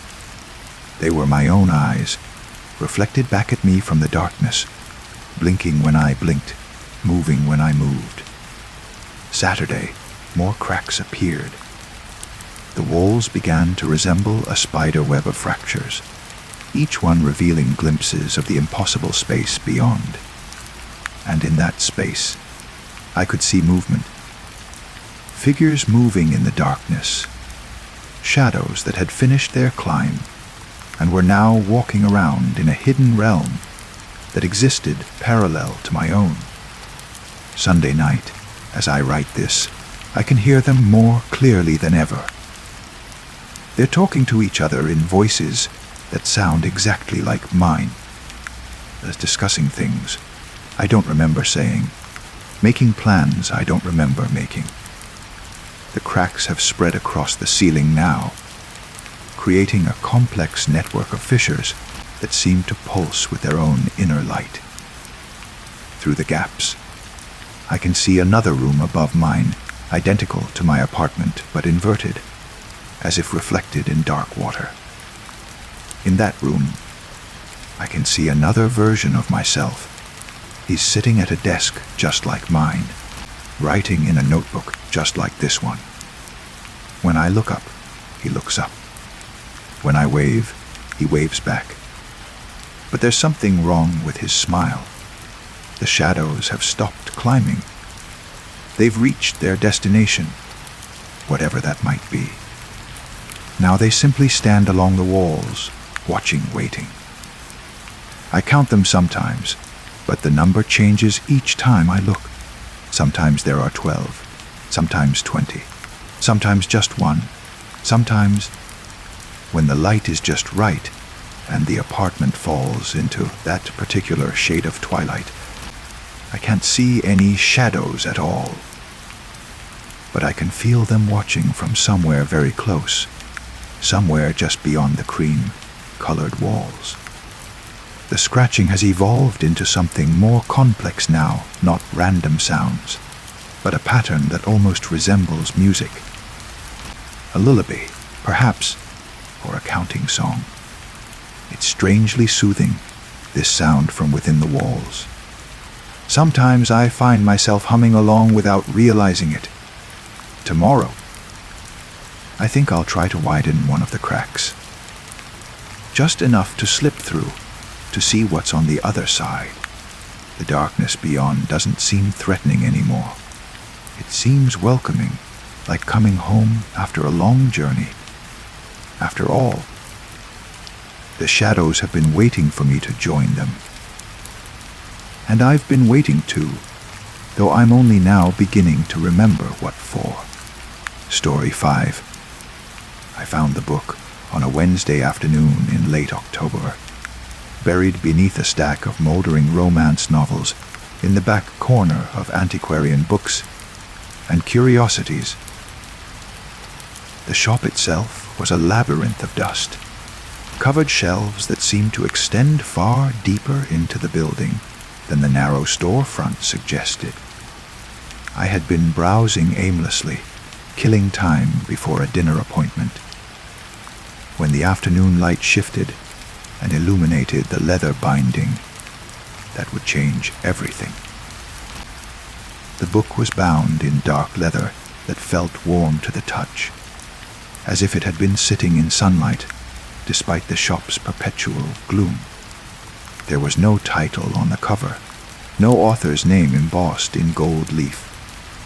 Just a series of symbols carved into the leather itself, symbols that seemed to shift slightly when I wasn't looking directly at them. "You found the Librum Umbrae," said a voice behind me. I turned to see the shop owner, a thin man with wire-rimmed glasses who had introduced himself earlier as Mr. Carlisle. I wondered when someone would notice it. "What is it?" He adjusted his glasses and peered at the book in my hands. Medieval manuscript, probably 13th century. Collection of rituals and incantations, that sort of thing. Fascinating historical artifact. Though I suspect most of it is elaborate nonsense, designed to separate gullible people from their money. The price he quoted was surprisingly reasonable for what appeared to be a genuine medieval manuscript. Too reasonable, perhaps, but I was already committed to purchasing it. Something about the book called to me with an intensity I couldn't explain or resist. That evening, I cancelled my dinner plans and spent the night translating the archaic Latin text. My knowledge of medieval Latin was adequate but rusty, gained during graduate studies I had abandoned years ago in favor of more practical pursuits. But as I worked through the cramped Gothic script, the language began to feel familiar, as if I was remembering rather than learning the words. The book contained exactly what Mr. Carlyle had described, a collection of rituals and incantations designed to summon various entities from what the text called the spaces between spaces. Most of it read like the fevered imaginings of medieval minds struggling to make sense of a world they couldn't scientifically understand. But there was something about the precision of the instructions that gave me pause. These weren't the vague, poetic invocations I expected from historical occult texts.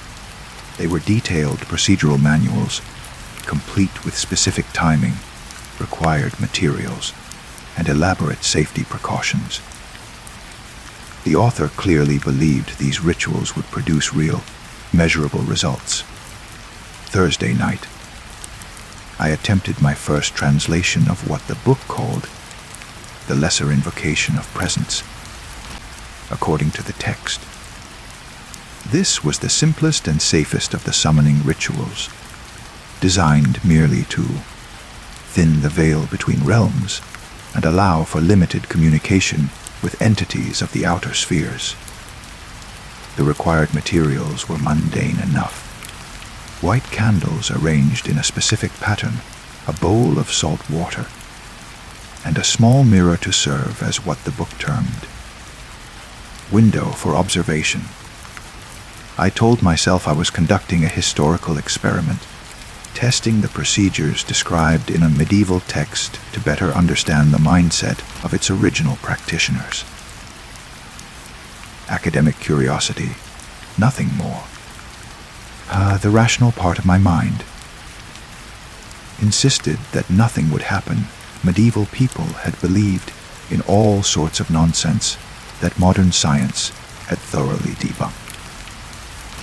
But as I arranged the candles in the prescribed pattern and began reciting the Latin phrases, something shifted in the atmosphere of my study. The air grew thick and oppressive, as if a storm was approaching. The flames of the candles began to flicker, despite the absence of any breeze, and the small mirror I had placed at the center of the arrangement started to fog over from the inside. Then, just as the ritual reached its conclusion, I heard something that made my blood run cold. Breathing. Slow, deliberate breathing that seemed to come from very close by, but not from any direction I could identify. It was as if someone was standing directly beside me, sharing my air, but remaining completely invisible. The breathing continued for perhaps 30 seconds, then faded gradually until the study returned to normal silence. The candle flames steadied, the mirror cleared, and the oppressive atmosphere lifted as if it had never existed. I sat in the candlelight for a long time afterward, trying to convince myself that I had imagined the entire experience. Suggestion, I told myself. The power of ritual and ancient language to create psychological effects that felt supernatural, but were actually entirely mundane. But I couldn't shake the feeling that someone had been in the room with me. Someone who was still there, just beyond the range of my senses, watching and waiting. Friday night, I attempted the second ritual, the invocation of subtle manifestation. This procedure was more complex, requiring additional materials and a longer incantation period. The book warned that this ritual would produce visible signs of presence and advised extreme caution in its execution. But my curiosity had been thoroughly aroused by the previous night's experience, and caution seemed less important than understanding. The setup took nearly an hour. 7 candles instead of 3, arranged in a heptagon around a larger mirror.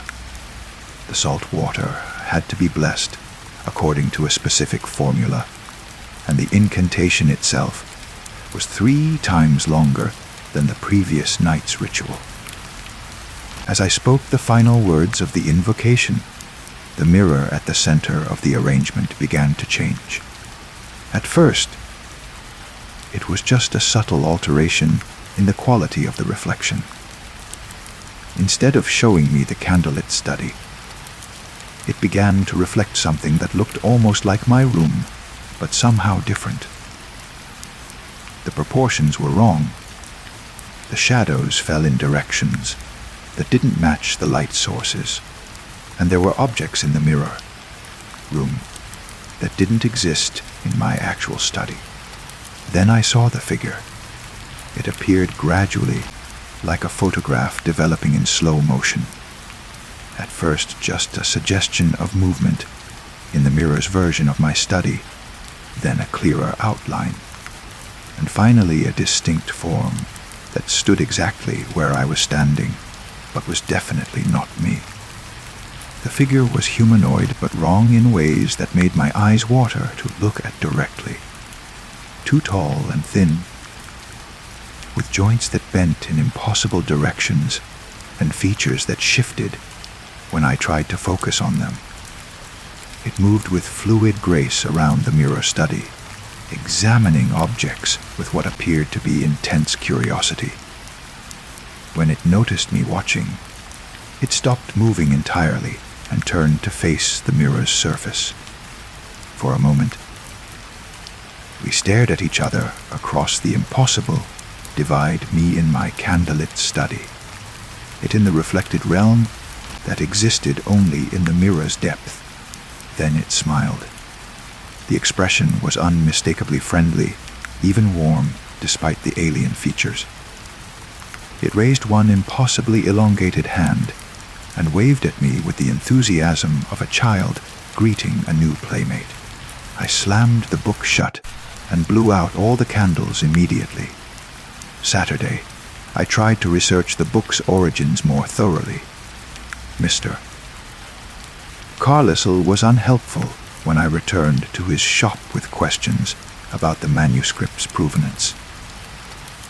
He claimed to have purchased it as part of an estate sale several months ago, along with boxes of other books from the library of a deceased collector.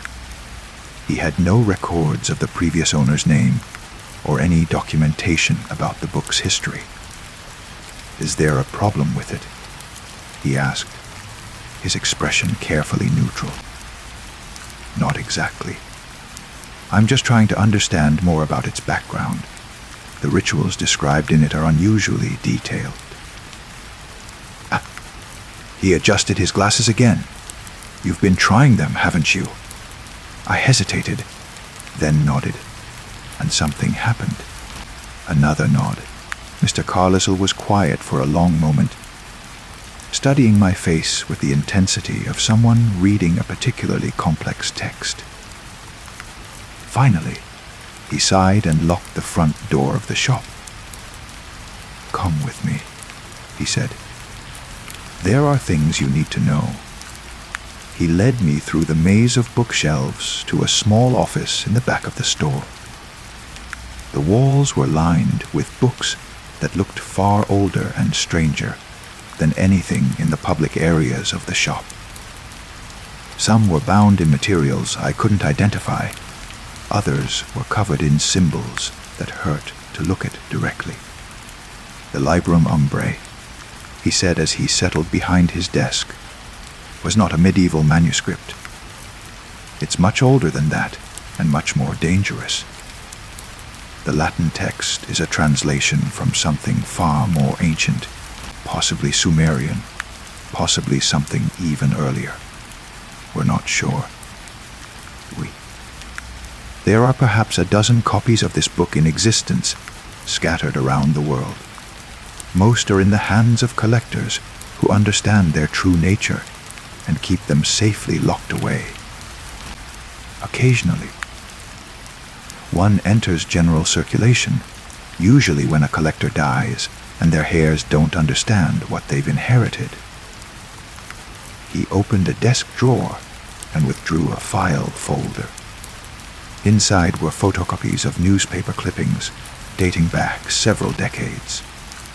Headlines about mysterious disappearances, unexplained phenomena, and what appeared to be a pattern of strange events clustered around specific locations and dates.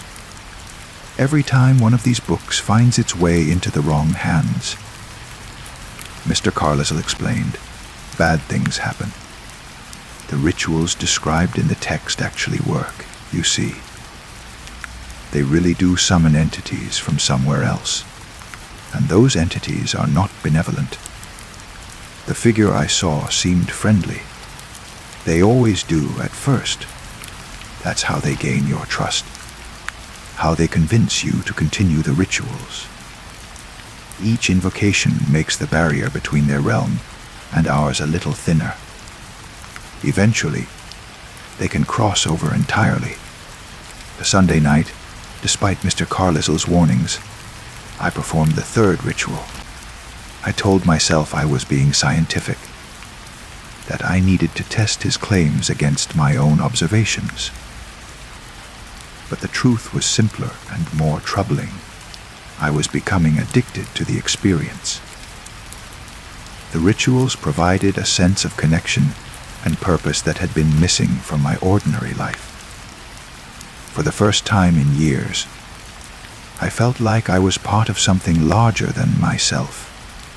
The third ritual was called the Greater Invocation of Communion, and it promised direct discourse with entities of the outer spheres.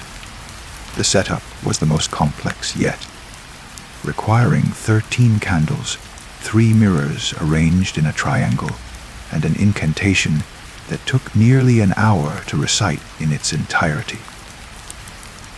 As I spoke the final words, all 3 mirrors began to show the same impossible reflection, not my study, but what appeared to be a vast library filled with books that seemed to glow with their own inner light. And in this library, I could see dozens of figures moving among the shelves. They were all different from the entity I had seen the previous night, but they shared the same fluid movement and impossible proportions. Some were tall and thin, others squat and broad, but all moved with the same graceful confidence through their mirrored realm. When they noticed me watching, they approached the mirrors with obvious excitement. They pressed their alien faces against the glass from their side, their expressions eager and welcoming. And then, for the first time, I heard them speak. Their voices came not through my ears, but directly into my mind, a chorus of thoughts that felt like whispers in a language I had never learned but somehow understood. Finally, they said in unison, "Someone who can see us clearly, someone who understands. We've been waiting so long for contact with your realm. What do you want?" I asked aloud, my voice sounding strange in the candlelit study. "To learn," they replied. "Your world is so different from ours, so rich with experiences we cannot access from our side of the divide. We want to understand your reality, to explore the possibilities it offers. And in exchange, we can teach you things your science hasn't discovered yet. I'll show you wonders that exist beyond the narrow spectrum of your physical senses, help you become something more than merely human." The offer was intoxicating. Over the next hour, they showed me glimpses of their realm, a place where the laws of physics operated according to different principles, where consciousness could be expanded beyond the limitations of biological form, was where knowledge existed as a tangible substance that could be directly absorbed rather than slowly learned. Monday, I began preparing for the fourth ritual despite growing reservations. My sleep had become fitful and strange. I found myself dreaming of the mirror, realm walking through that impossible library and conversing with entities whose names I couldn't pronounce. In these dreams, I felt more intelligent, more capable, more alive than I ever had in waking life. But during my waking hours, I began to notice troubling changes. My reflection looked wrong somehow, not dramatically different, but subtly altered in ways that made me uncomfortable. My eyes seemed brighter but colder, my smile too wide, my movements just slightly too fluid. People began responding to me differently as well. Coworkers avoided eye contact during meetings. Cashiers seemed nervous when I approached. And even my elderly neighbor, a woman who had always greeted me warmly, now hurried past with a muttered hello when we met in the hallway. Tuesday evening, I called Mr. Carlisle. "I think something is happening to me," I told him. "The rituals are affecting me somehow." "Of course they are," he replied, his voice heavy with resignation. "Each invocation doesn't just thin the barrier between realms, it thins the barrier between you and them. You're beginning to change, to become something that can exist in both worlds. Is there a way to reverse it? A long pause. Possibly. But it would require destroying the book entirely, and doing so while you're already partially transformed could be dangerous. Dangerous how? Well, you might not survive the process, or you might survive but remain trapped between realms, unable to exist fully in either one. Wednesday night, I performed the fourth ritual against every instinct for self-preservation. The invocation of threshold crossing was described in the book as the most dangerous of the summoning procedures, one that would allow limited physical manifestation of entities within the practitioner's realm. The warnings in the text were extensive and dire, but by this point, I felt compelled to continue regardless of the risks. The ritual required all 13 candles to be black, the mirrors to be arranged in a perfect triangle, and the salt water to be mixed with what the book euphemistically called the practitioner's vital essence, 3 drops of my own blood. As I recited the lengthy incantation, the study began to change around me. The walls seemed to expand and contract like breathing. The ceiling lifted to impossible heights, and the floor became soft and yielding beneath my feet. The familiar objects of my study desk, chair, bookshelves, began to shift and flow like liquid. Then, in the space between the 3 mirrors, something began to materialize. It started as a shimmer in the air, like heat waves rising from summer pavement. But gradually, the shimmer solidified into a form that was almost human but fundamentally wrong. The entity stood perhaps 7 feet tall, with proportions that defied anatomy and features that seemed to exist in more dimensions than my eyes could process. But its voice, when it spoke aloud rather than in my mind, was warm and familiar. "Hello," it said. And I realized with shock that it was speaking in my own voice, not just similar to mine, but identical in every inflection and cadence. "Thank you for bringing me through. I've been wanting to visit your side for such a long time. You can actually exist here now. For a short time, yes, long enough to explore. To experience your reality directly, rather than just observing it through mirrors."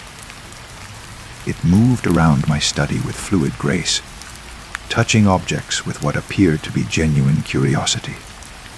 Everything here is so solid, so permanent. In our realm, nothing maintains its form for very long. As it moved, I noticed that wherever it stepped, small changes lingered.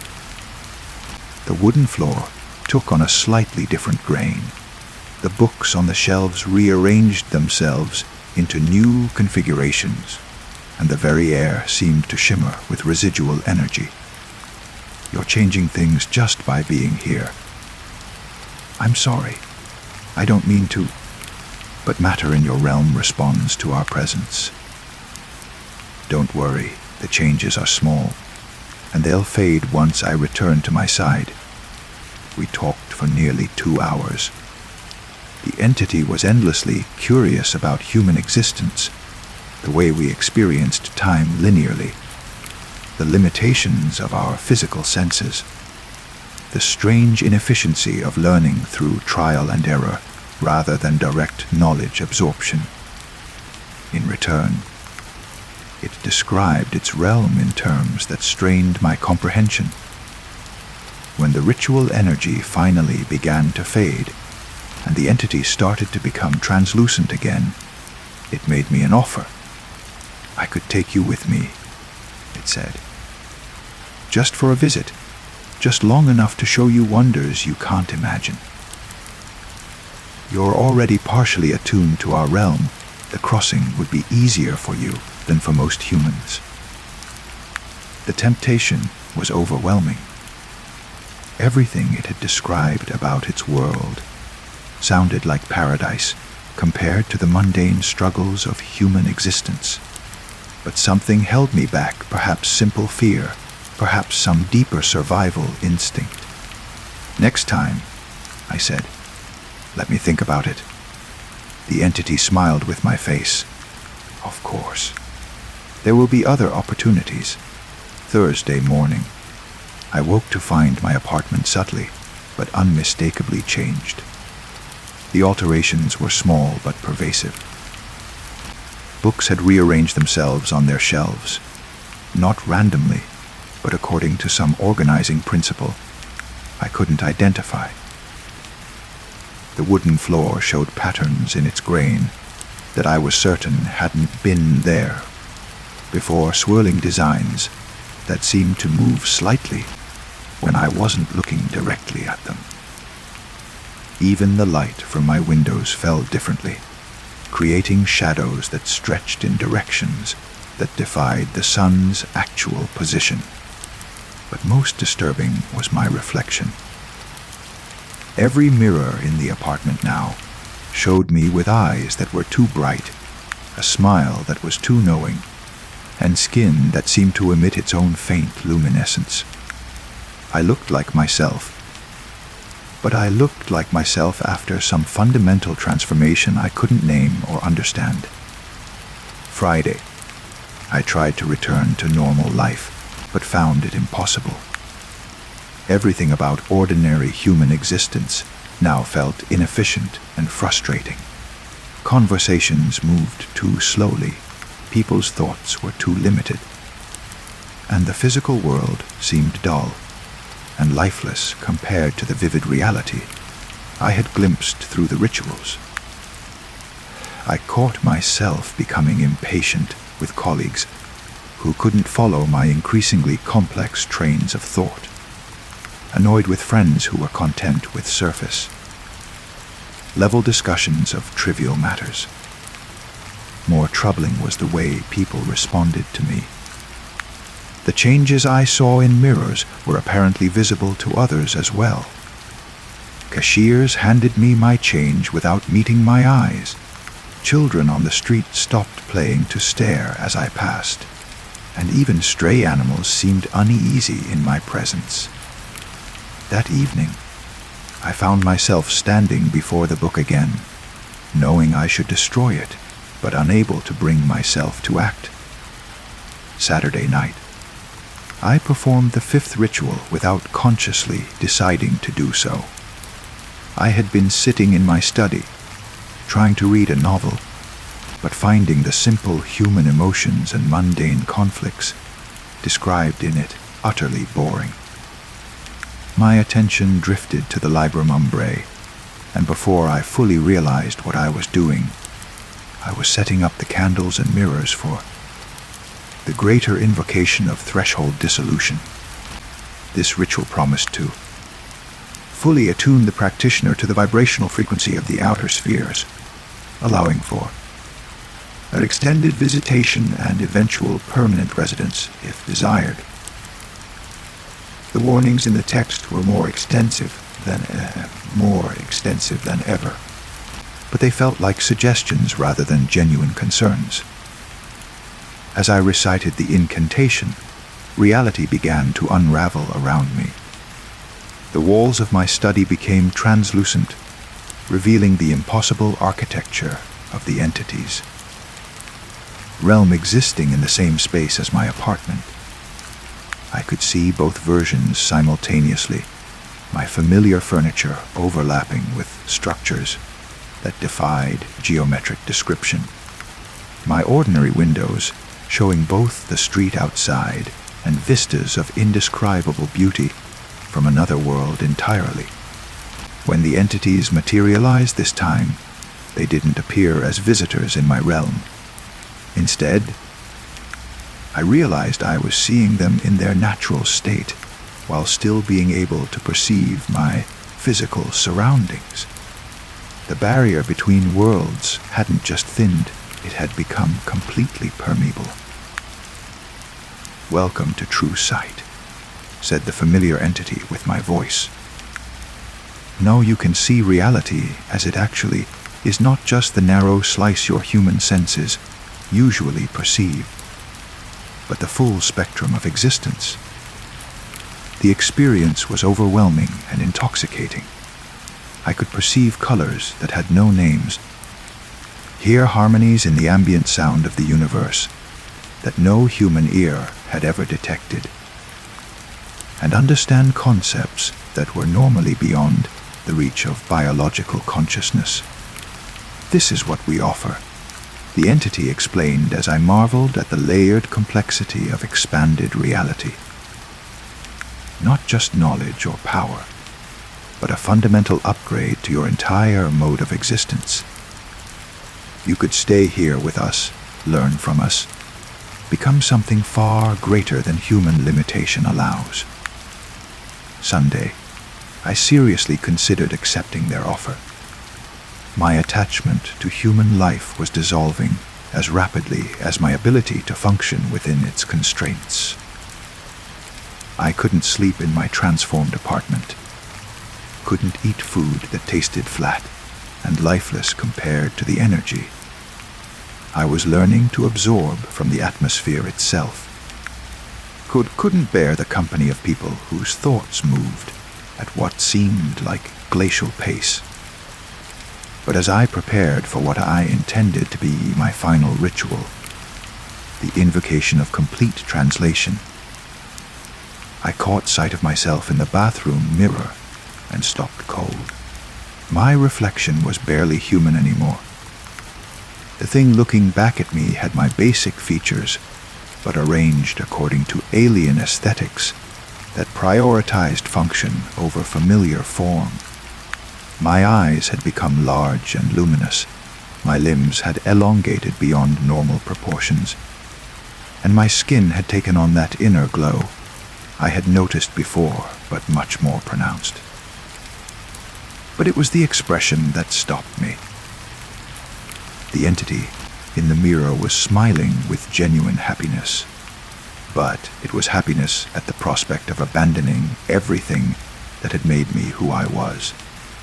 It wasn't transformation, it was replacement.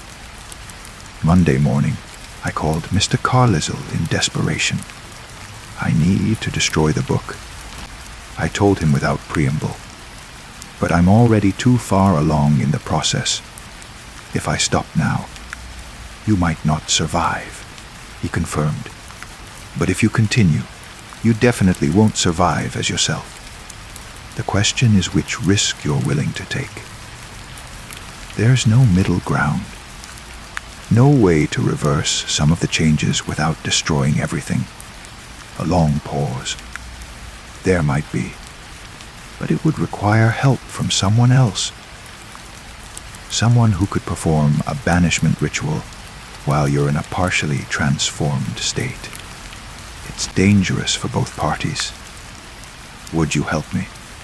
Another pause, longer this time. Yes, but we need to do it tonight, before the changes become irreversible. Monday evening. Carlisle arrived at my apartment, carrying a leather satchel filled with items I didn't recognize. He set up his own ritual circle adjacent to mine, using different symbols and what appeared to be much older implements. His incantations were in a language that predated Latin, harsh syllables that seemed to push against the air itself. I'm going to attempt to sever your connection to their realm, he explained as he arranged silver mirrors in a pattern that seemed designed to reflect and contain rather than reveal. But they won't want to let you go. They've invested too much energy in your transformation to give up easily. As he began the banishment ritual, I felt the entity's presence intensify around us. They materialized not just in mirrors, but throughout the apartment, their forms more solid and defined than ever before. But their expressions were no longer friendly. They looked angry, betrayed, and desperate. You promised to come with us, my doppelganger entity said, its voice carrying hurt and accusation. We've prepared a place for you, taught you our ways, shown you wonders your species has never imagined. How can you reject what we offer? I'm sorry, I replied, meaning it sincerely. But I realize now that what you're offering isn't transformation, it's erasure. I wouldn't become something more than human. I would stop being human entirely. The entity's expression shifted through a range of emotions too complex for human features to properly display. You don't understand. Humanity is a limitation, a prison that confines you to a fraction of what you could experience. We're offering you freedom. But freedom to be what? To be like you. That's not growth. That's just becoming something else entirely. As Mr. Carlisle's banishment ritual reached its climax. The entities began to fade. But they fought the dismissal with increasing desperation, their forms flickering and shifting as they struggled to maintain their connection to my realm. We won't give up, the doppelganger entity warned as it became translucent. The changes have begun, and they can't be completely reversed. A part of you will always belong to our realm now. We'll be waiting for you to return. Tuesday morning, I woke in my own bed for the first time in over a week. The apartment had returned to normal mostly. The alterations were gone. The light fell naturally, and my reflection looked essentially human again. But subtle differences remained. My eyes retained just a hint of that otherworldly luminescence. My movements were slightly more fluid than before, and I found I could still see things that others couldn't, shadows that moved independently, colors at the edge of the visible spectrum, whispers in languages no human throat could produce. Mr. Carlisle had taken the book with him when he left the night before, assuring me it would be locked away with the other dangerous volumes in his collection. But he had also warned me that the connection couldn't be completely severed. You'll always be partially attuned to their realm now, he had explained. The question is whether you'll use that connection to help protect others from making the same mistakes you made, or whether you'll eventually give in to the temptation to complete what you started. Wednesday, I began to understand what he meant. I could sense when others were experimenting with occult practices. could feel the disturbances in reality that occurred when someone attempted to contact entities from other realms. The sensation was like hearing a distant alarm, urgent and impossible to ignore. By following these disturbances, I found myself intervening in situations similar to my own. A college student who had found a different version of the same book. An elderly man conducting seances that were attracting far more dangerous attention than he realized. A group of teenagers playing with a Ouija board without understanding that their game was actually a primitive summoning ritual.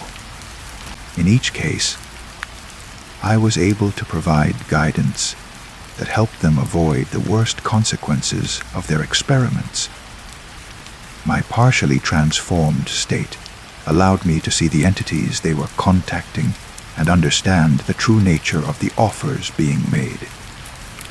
Thursday, I realized I had found my purpose. The entities had been right about one thing: I was no longer fully human. But they had been wrong about what that meant. Instead of being a limitation to overcome, humanity was a foundation to build upon. My expanded awareness didn't require abandoning my human nature. It allowed me to use that nature more effectively. I began volunteering at a local crisis counseling center, where my enhanced perception helped me identify people who were in genuine danger from supernatural influences. I started writing articles about occult safety for small magazines, trying to educate people about the real risks of amateur summoning rituals. Most importantly, I began working with Mr. Carlyle and others like him to track down and secure dangerous occult artifacts before they could cause harm.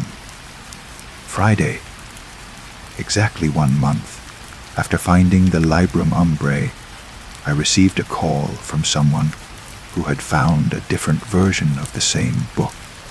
Strange things are happening, the caller said, his voice tight with fear. I performed a ritual from this old book I bought, and now there are things in my mirrors that shouldn't be there.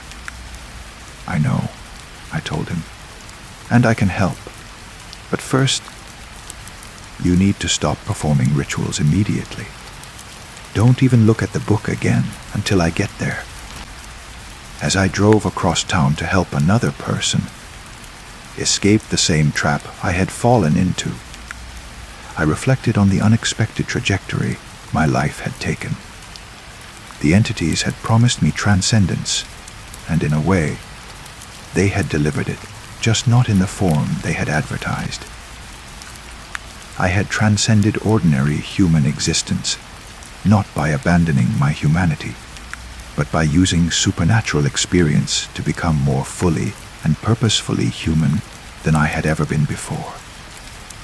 6 months later, I moved out of the apartment on Cedar Street, not because I was afraid of it, but because my work had grown to require more space and better security for the artifacts we were collecting. I found a house in the suburbs with a reinforced basement where dangerous books could be properly contained and studied. On my last night in the apartment, I stood in the study where I had first opened the Librum Umbrae and felt the familiar presence of the entities stirring at the edge of perception. "We're still here," my doppelganger whispered from somewhere very close but invisible. "Still waiting for you to complete what you started." "I know," I replied, "and I'm still grateful for what you taught me, even if I couldn't accept what you offered. This isn't over. Someday you'll realize that human limitation is still limitation, no matter how you try to romanticize it. When that day comes, we'll be ready to welcome you home." But as I locked the apartment door for the final time and walked away from the building where my transformation had begun, I felt no temptation to return to those mirrors and rituals. The entities had been wrong about human limitation.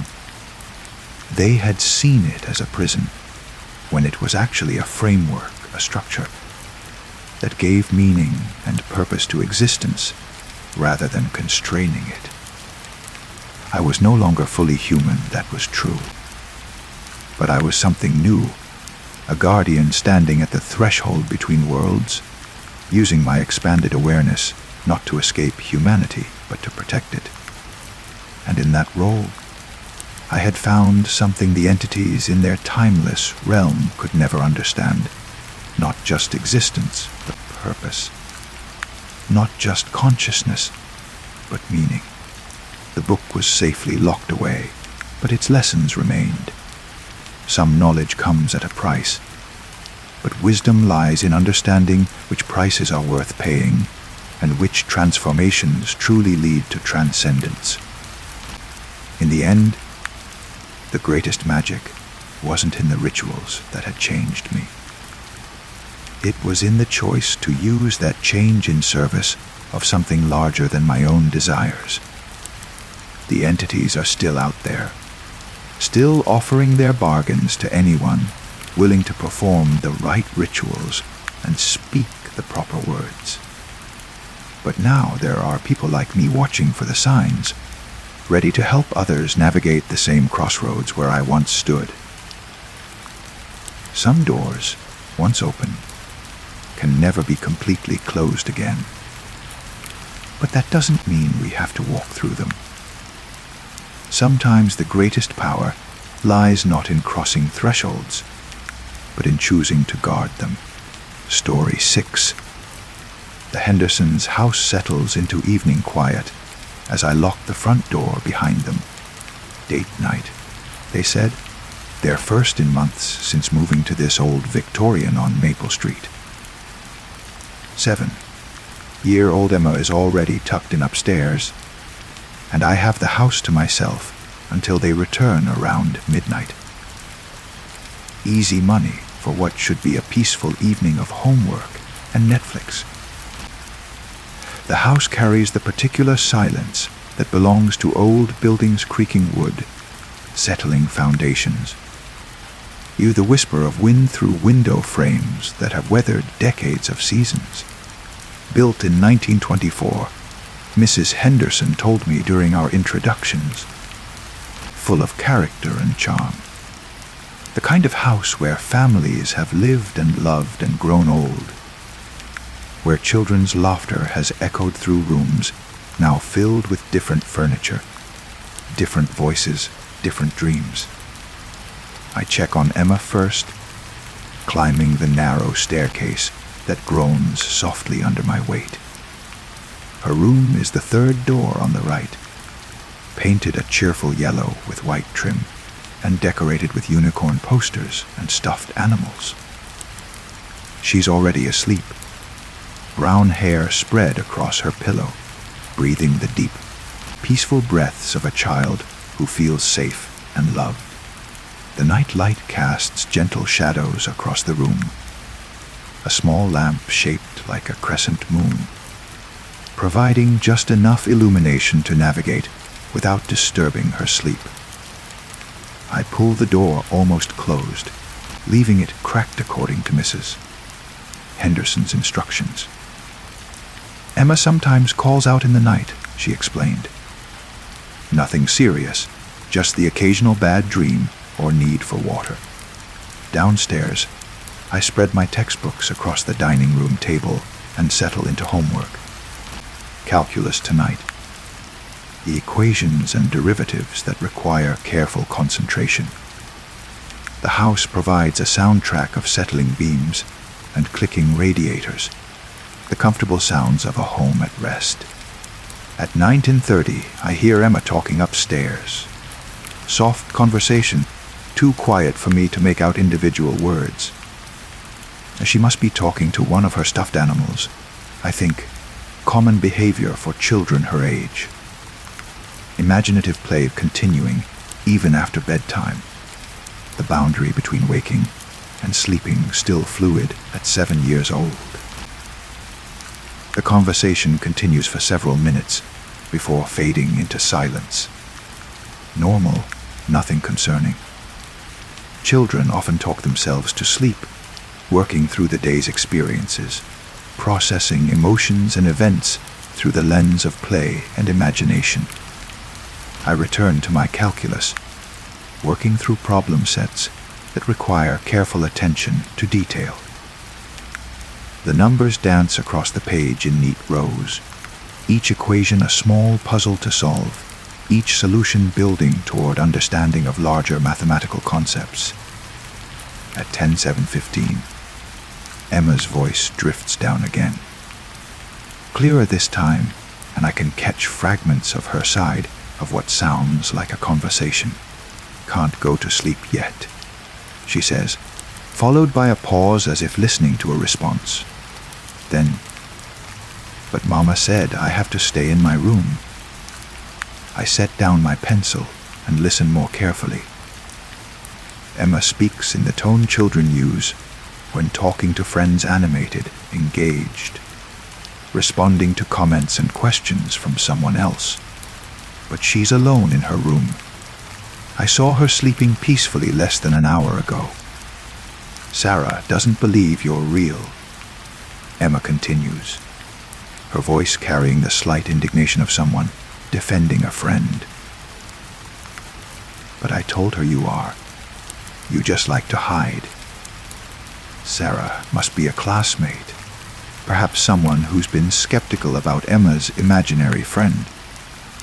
Perfectly normal social dynamics for children, the complex negotiations of friendship and belief that characterize elementary school relationships. The conversation continues for another 10 minutes before Emma's voice grows softer, more tired. Eventually, silence returns to the upper floor. She's probably fallen asleep while talking, imagination finally giving way to dreams. I try to focus on my homework, but something about the conversation nags at me. The pauses Emma took, as if actually listening to responses. The way she seemed to react to things being said, laughing at unheard jokes, agreeing with unspoken suggestions. More interactive than typical imaginary play, more responsive than talking to stuffed animals. At 11 p.m., footsteps cross the floor above my head. Soft footsteps, light and quick, moving from Emma's room toward the bathroom at the end of the hall. Then back again. The familiar pattern of a child's nighttime routine. She must have woken up needing the bathroom. Nothing unusual in that. But the footsteps don't stop at Emma's room. They continue down the hallway, pause at the top of the stairs, then begin descending. I look up from my textbook, expecting to see Emma appear in the dining room doorway.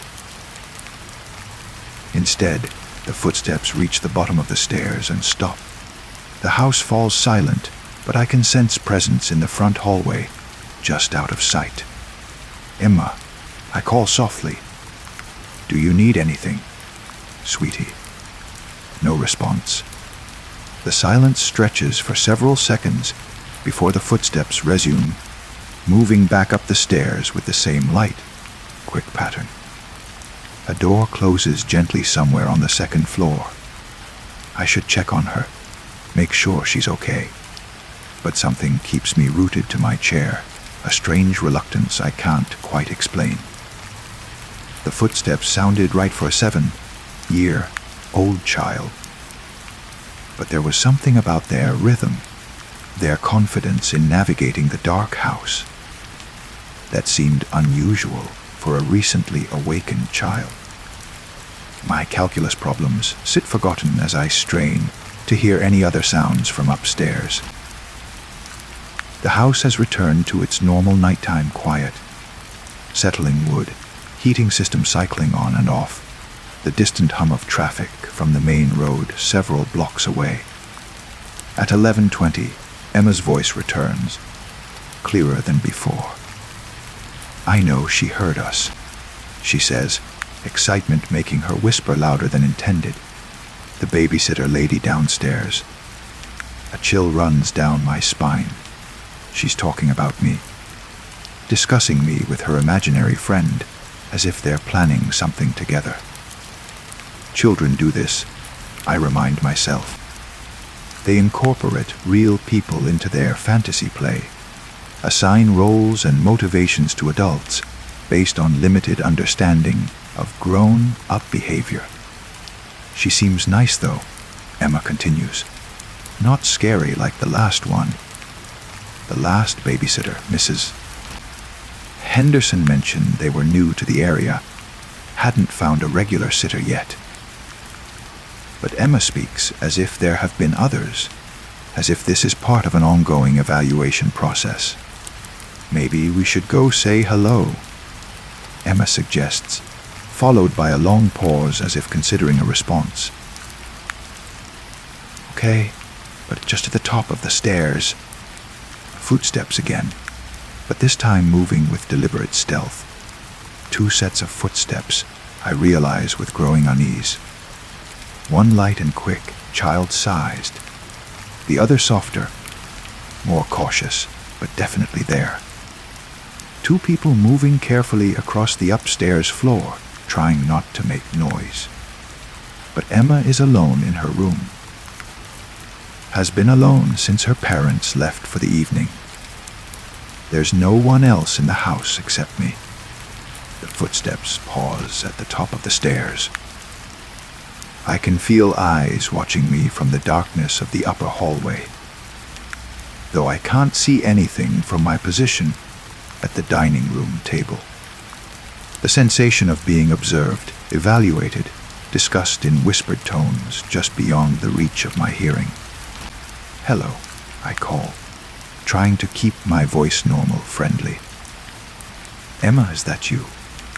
Do you need anything? Quick footsteps retreat down the hallway, followed by the soft sound of a door closing. But I could swear I heard 2 sets of feet moving away. 2 different patterns of movement across the old wooden floors. I force myself to return to my homework, but the equations blur together on the page. My attention keeps drifting to the sounds from upstairs.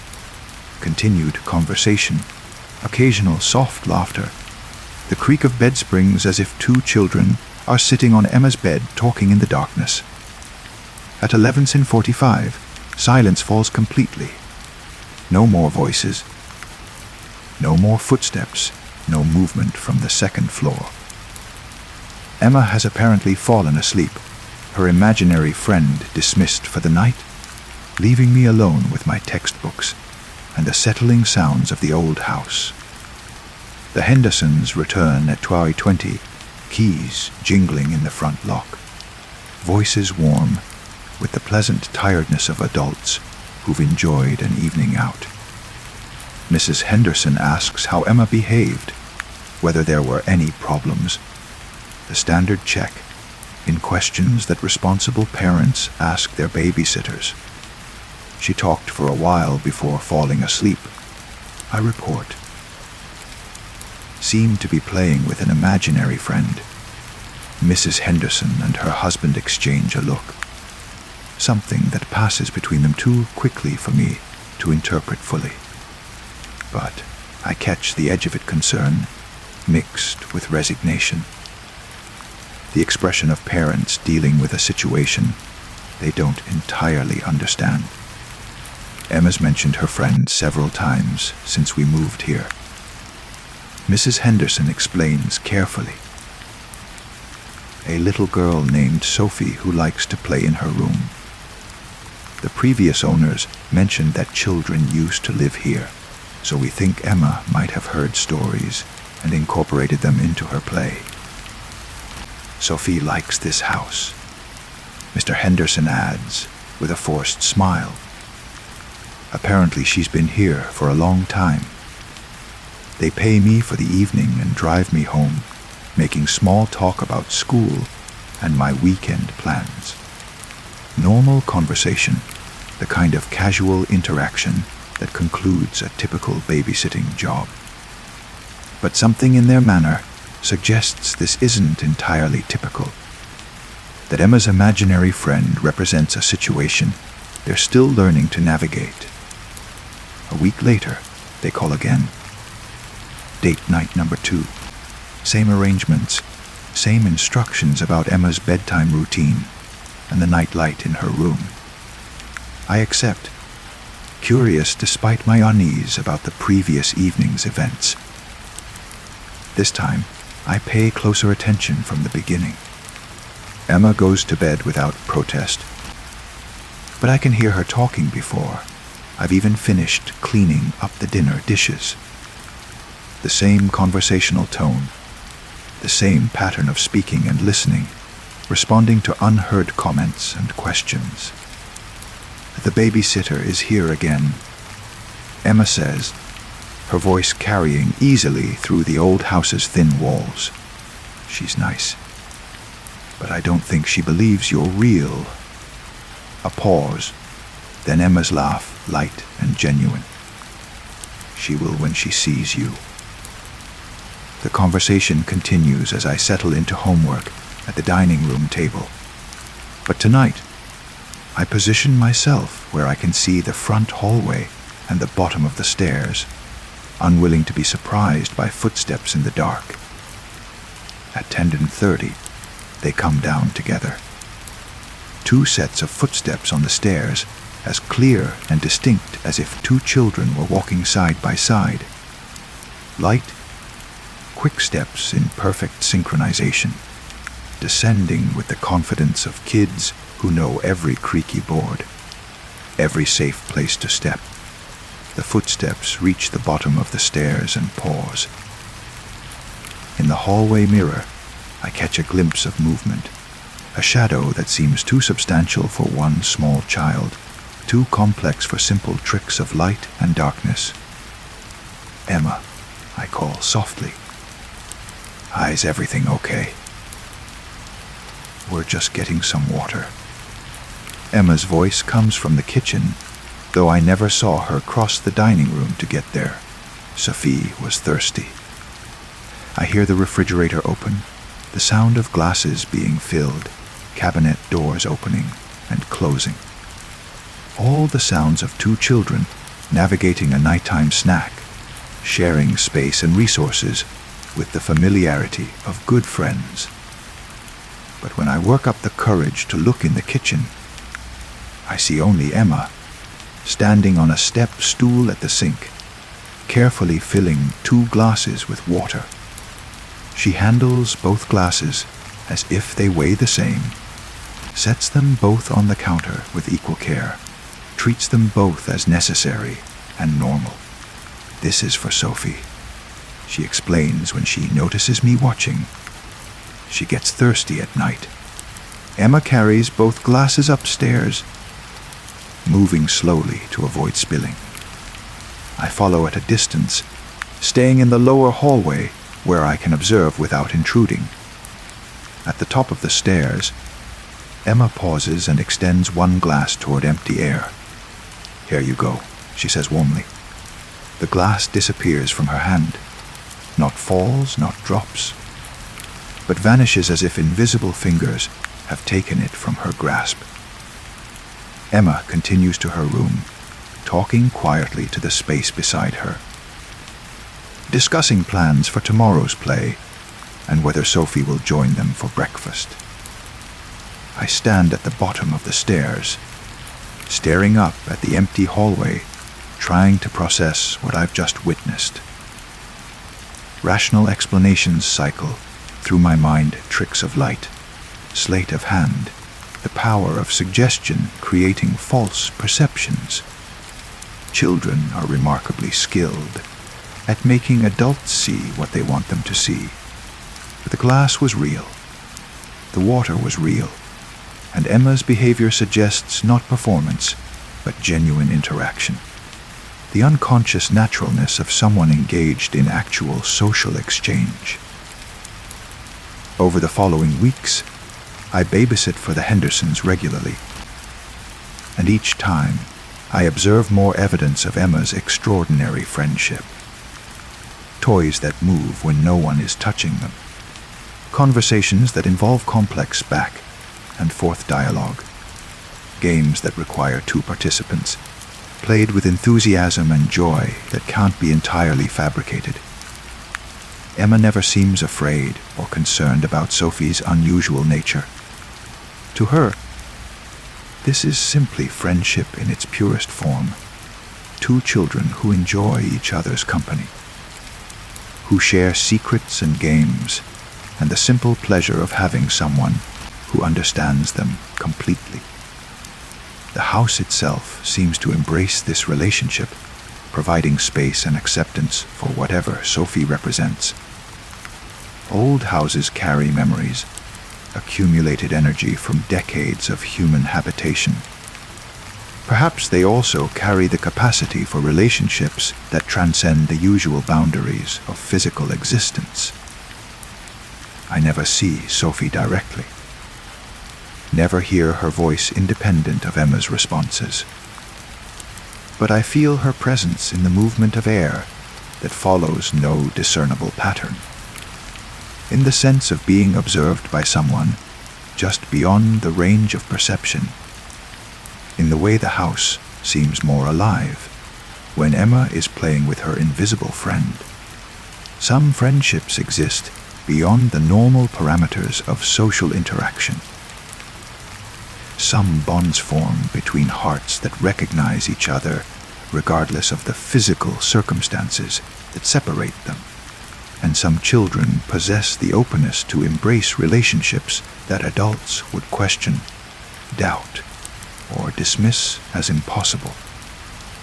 In room 7 of the old Victorian on Maple Street, two little girls play together in the space between what is and what might be. Their laughter echoing through chambers where imagination and reality meet. I'm just the babysitter, the guardian of their nighttime world, the witness to a friendship that reminds me that the most meaningful connections often exist beyond the reach of adult understanding. Sophie may be invisible to me, but she's real to Emma, and in the end, perhaps that's the only truth that matters. In the space where children play and dream and believe in possibilities that adults have forgotten, two friends continue their eternal games, watched over by someone who's learned to accept that some mysteries are more beautiful when left unexplained. Tomorrow night, I'll return to babysit again, and in room 7, Emma and Sophie will continue their friendship, playing games that span the boundaries between seen and unseen, known and unknowable, real and imagined. I'll listen to their laughter, watch their shadows dance in the night light's glow, and guard their secret world with the reverence it deserves. Some friendships transcend the limits we place on reality. Some bonds exist in the spaces between heartbeats, in the pause between question and answer, in the moment when belief becomes more powerful than proof. And some babysitters find themselves protecting not just sleeping children, but the magic that makes childhood the most honest time of life, when impossible things remain beautifully, mysteriously possible. Story 7. The first time I heard it, I thought it was just another bird I couldn't identify. After 23 years maintaining power lines through these remote forests, you'd think I'd know every call, every chirp, every screech that echoes between the towers. But this sound was different. It came from somewhere above the tree line, somewhere between the massive steel pylons that carry electricity across hundreds of miles of wilderness. It was Tuesday around noon when I was checking the insulators on Tower 47. The sun filtered through the canopy in lazy golden columns, and the familiar electric hum of the high voltage lines created its usual white noise backdrop. I'd climbed about 30 feet up when I heard it, a call that seemed to come from the wires themselves. It wasn't mechanical. That much I knew immediately. The power lines have their own language of crackling, buzzing, and occasional corona discharge, especially in humid weather. This was organic, musical almost, but unlike any bird's song in my mental catalogue. It had a liquid quality, like water flowing uphill or wind moving in impossible directions. I stopped climbing and listened, my safety harness creaking slightly as I shifted position. The call came again, longer this time, with complex harmonics that seemed to layer over themselves. It reminded me of a loon's cry, but stretched and distorted, as if heard through deep water or thick glass. I looked around, scanning the wire spans and tower crossbeams for any sign of a bird, but saw nothing. The forest stretched endlessly in all directions, broken only by the geometric precision of the transmission corridor. The next tower was barely visible through the morning haze, its red warning lights blinking in steady sequence. The call came a third time, and I realized it was coming from directly overhead, from the conductors themselves. I craned my neck, squinting against the sky, but there was nothing perched on the aluminum cables. Nothing that could produce that haunting sound. I finished my inspection and moved on to Tower 48, but the memory of that call stayed with me.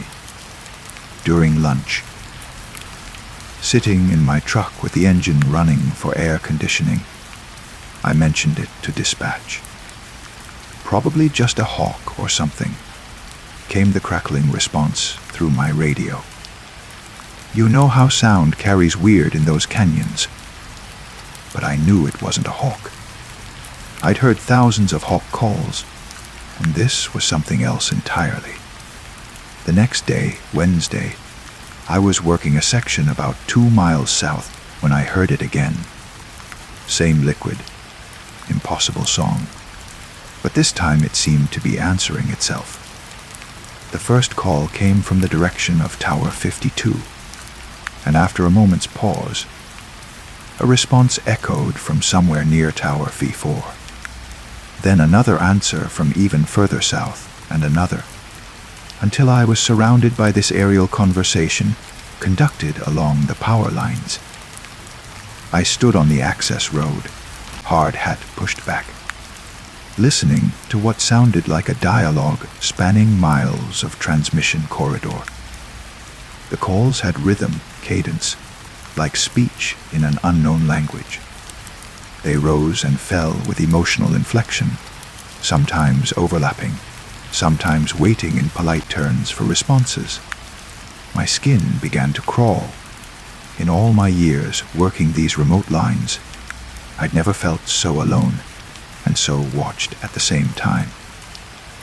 The forest pressed close on both sides of the cleared corridor, but it was the empty air above the wires that seemed most alive with presence.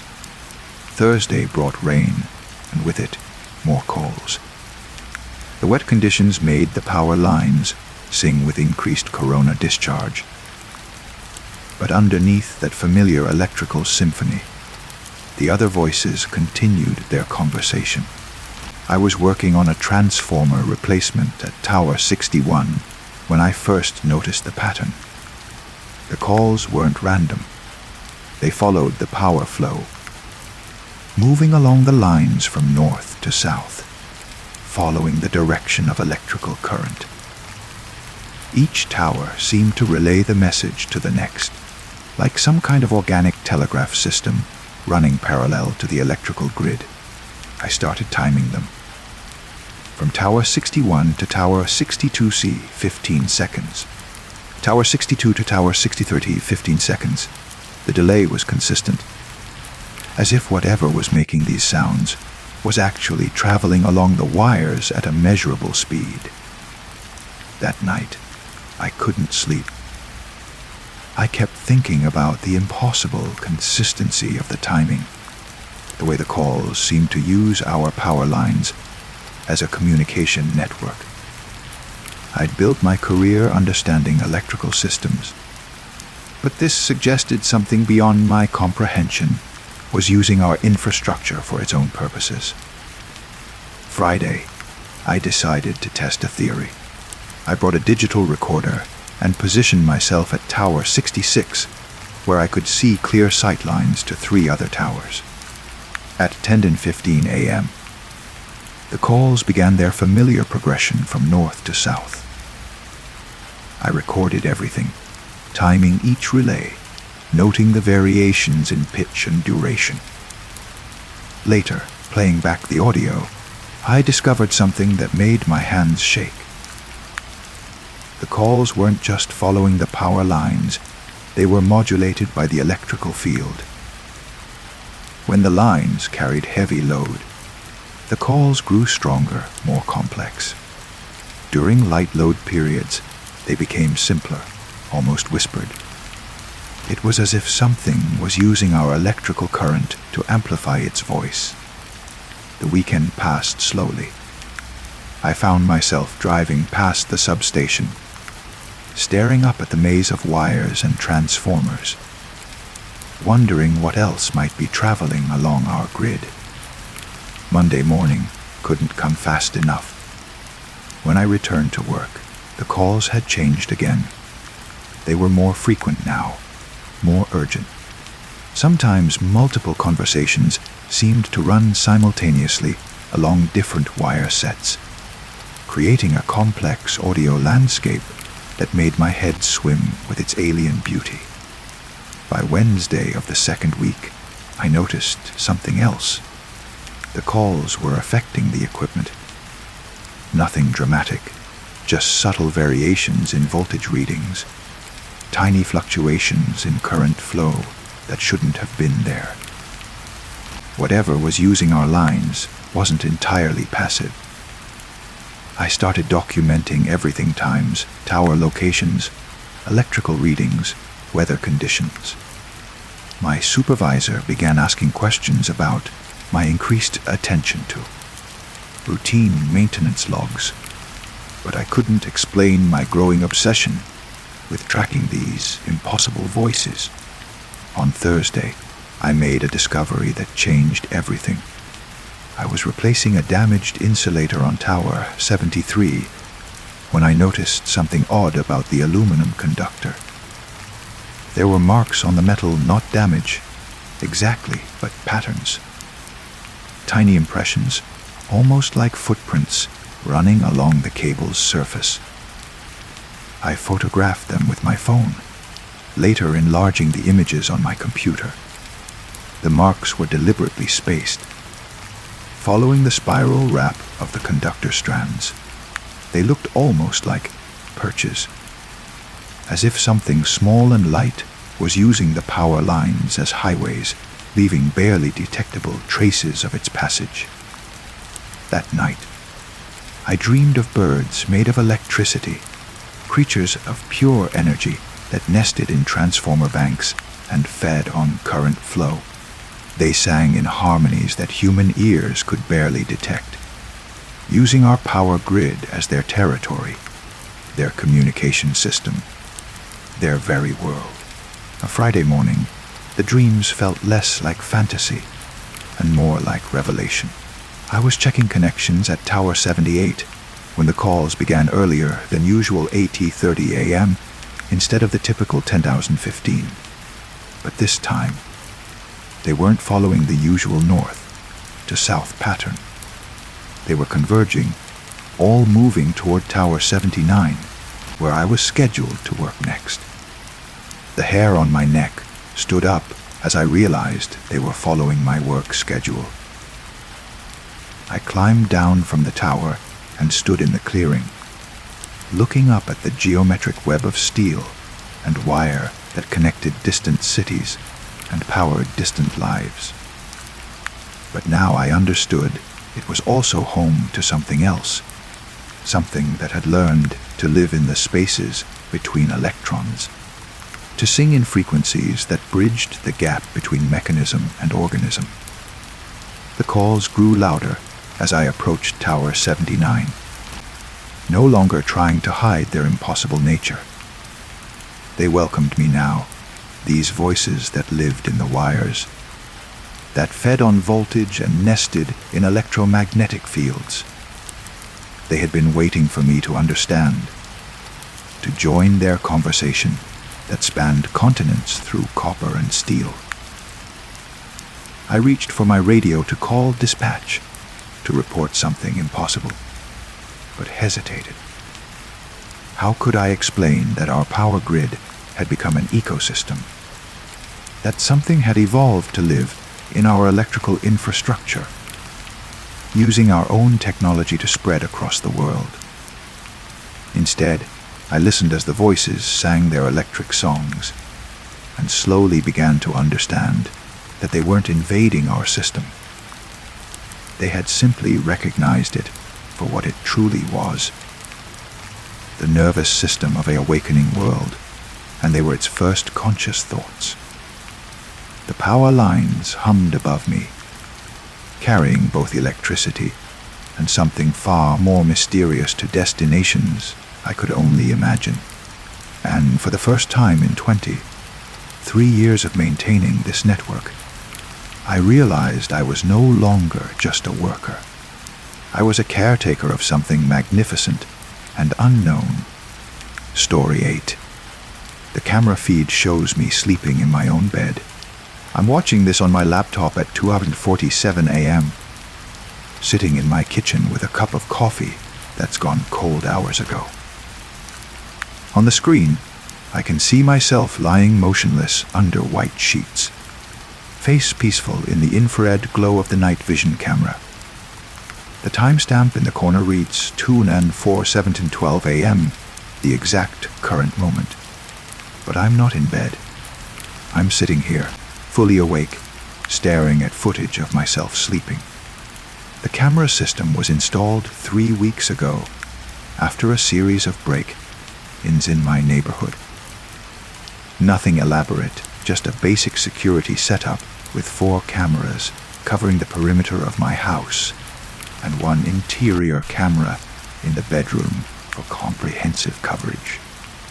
The kind of system that records everything and uploads it to cloud storage, giving me the peace of mind that comes with knowing every angle is monitored. I never expected to become my own surveillance target. It started with small discrepancies. I'd review the overnight footage each morning and notice that I appeared to be sleeping in positions I didn't remember. Not dramatically different, just subtle shifts in posture that didn't align with how I recalled waking up. Since sleep is largely unconscious anyway, I dismissed these observations as normal memory gaps. But then I noticed the timing irregularities. According to the camera timestamps, I would go to bed at my usual time, around 11:30 p.m., and remain there until my alarm rang at 6:30 a.m. 7 hours of continuous sleep, exactly what the footage showed. But my subjective experience told a different story. I was waking up exhausted, feeling like I'd been active all night. My body ached in ways that suggested movement and exertion, not rest. The contradiction bothered me enough to start staying awake and monitoring the live feed. That's how I discovered I was watching myself sleep while sitting in the kitchen, fully conscious and definitely not in bed. On the screen, my sleeping form shifts slightly, rolling from my left side to my back. The movement looks natural, automatic, exactly how I might move during normal sleep. But I can feel myself sitting in this wooden chair, can taste the bitterness of cold coffee on my tongue, can hear the hum of the refrigerator behind me. I'm simultaneously sleeping and awake, observed and observer, in two places at once. I check the other camera feeds to see if there's some logical explanation. The exterior cameras show my house surrounded by the familiar landscape of suburban streets and sleeping neighbors. Nothing unusual. The interior cameras show empty hallways and rooms, except for the bedroom, where I continue to sleep peacefully while sitting here watching myself. The timestamp updates 2s and 4/3, 8th and 03 a.m. I stand up and walk to the bedroom, leaving the laptop open on the kitchen table. The journey takes maybe 30 seconds down the hallway, past the bathroom, through the bedroom doorway. The room is empty.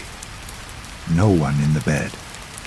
The sheets are pulled back as if someone recently got up, but there's no residual warmth, no indication that the bed has been occupied recently. I return to the kitchen and check the laptop screen. The footage still shows me sleeping. The timestamp now reads 2:49 and 17 a.m. It's tracked the time perfectly during my absence.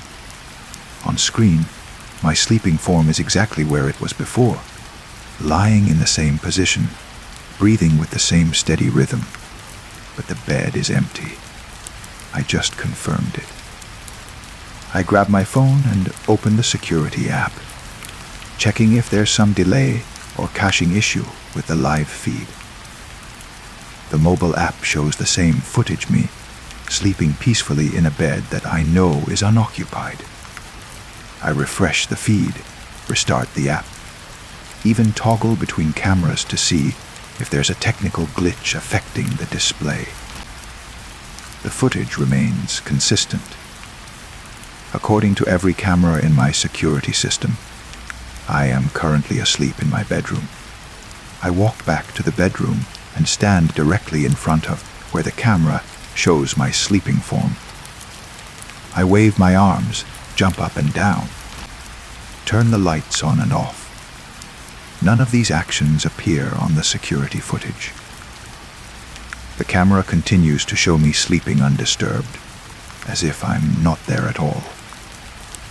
But when I return to the laptop, I can see my sleeping form reacting to disturbances that aren't visible on the feed.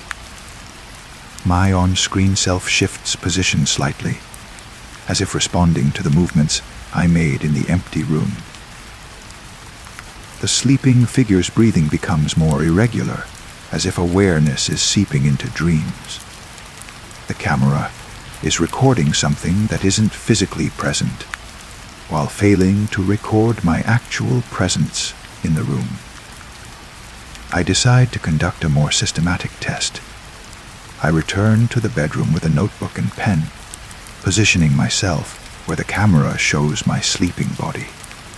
Speaking aloud, I describe everything I'm doing. I'm standing next to the bed. I'm touching the pillow. I'm sitting on the edge of the mattress. On the laptop screen, my sleeping form responds to each action. When I touch the pillow, the figure's head moves slightly. When I sit on the bed, the sleeping body shifts as if accommodating another presence. My spoken words cause the figure to stir restlessly, as if hearing sounds in dreams. But the camera never shows me, only the responses to my presence. The implications make my hands shake as I write notes. Either the camera is malfunctioning in an impossibly specific way, or I'm experiencing some form of dissociation that allows me to exist in two states simultaneously. Neither explanation makes rational sense. I check the time 3:23 a.m. I've been conducting experiments for over 30 minutes, but I don't feel tired. If anything, I feel more alert than usual, hyper-aware of my surroundings and the contradictions they contain. On the laptop, my sleeping form appears to be dreaming. The figure's eyes move rapidly beneath closed lids, and there are subtle facial expressions that suggest active dream states. I wonder what I'm dreaming about, if the sleeping version of myself is aware of being watched. As if responding to this thought, the figure on screen turns toward the camera, still sleeping, eyes still closed, but now facing directly toward the lens with an expression that seems almost knowing. The sleeping face appears peaceful, but somehow alert, as if aware of observation even in unconsciousness. I minimize the security feed and open a web browser, searching for explanations of what I might be experiencing. The search results offer various possibilities: sleep disorders, dissociative episodes, carbon monoxide poisoning, electromagnetic interference with camera equipment. None of these explanations adequately account for the specific details of what I'm witnessing. But then I find references to a phenomenon called surveillance feedback loops, theoretical situations where monitoring systems create artificial realities that replace actual events. The concept is mostly discussed in science fiction contexts, but some researchers have suggested that intensive self-monitoring could potentially create psychological states where perceived reality becomes disconnected from physical reality. The theory suggests that constant observation of oneself could create a split in consciousness, where one part of the mind becomes the observer and another part becomes the observed. Over time, this split could become so pronounced that the two states operate independently. According to this theory, I might be experiencing a form of dissociation triggered by my own surveillance system. But that doesn't explain why the camera records me sleeping when I'm not in bed. I return to the security feed, which now shows a more disturbing development. My sleeping form is no longer alone in the bed. There's a second figure beside me, indistinct and shadowy, but definitely present. The timestamp shows 3:51 a.m.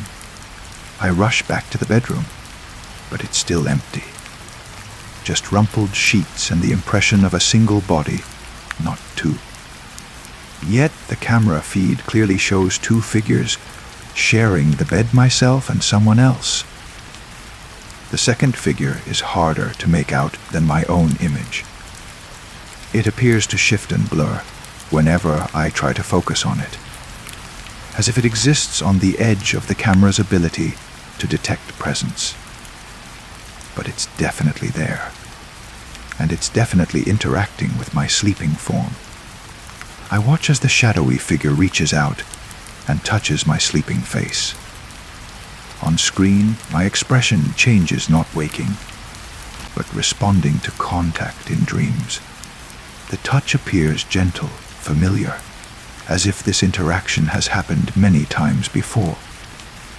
Who is the second figure? Where does it come from? And why can the camera see it when I can't? I spend the next hour documenting everything I observe, taking screenshots and making detailed notes about the interactions between my sleeping form and the shadowy companion.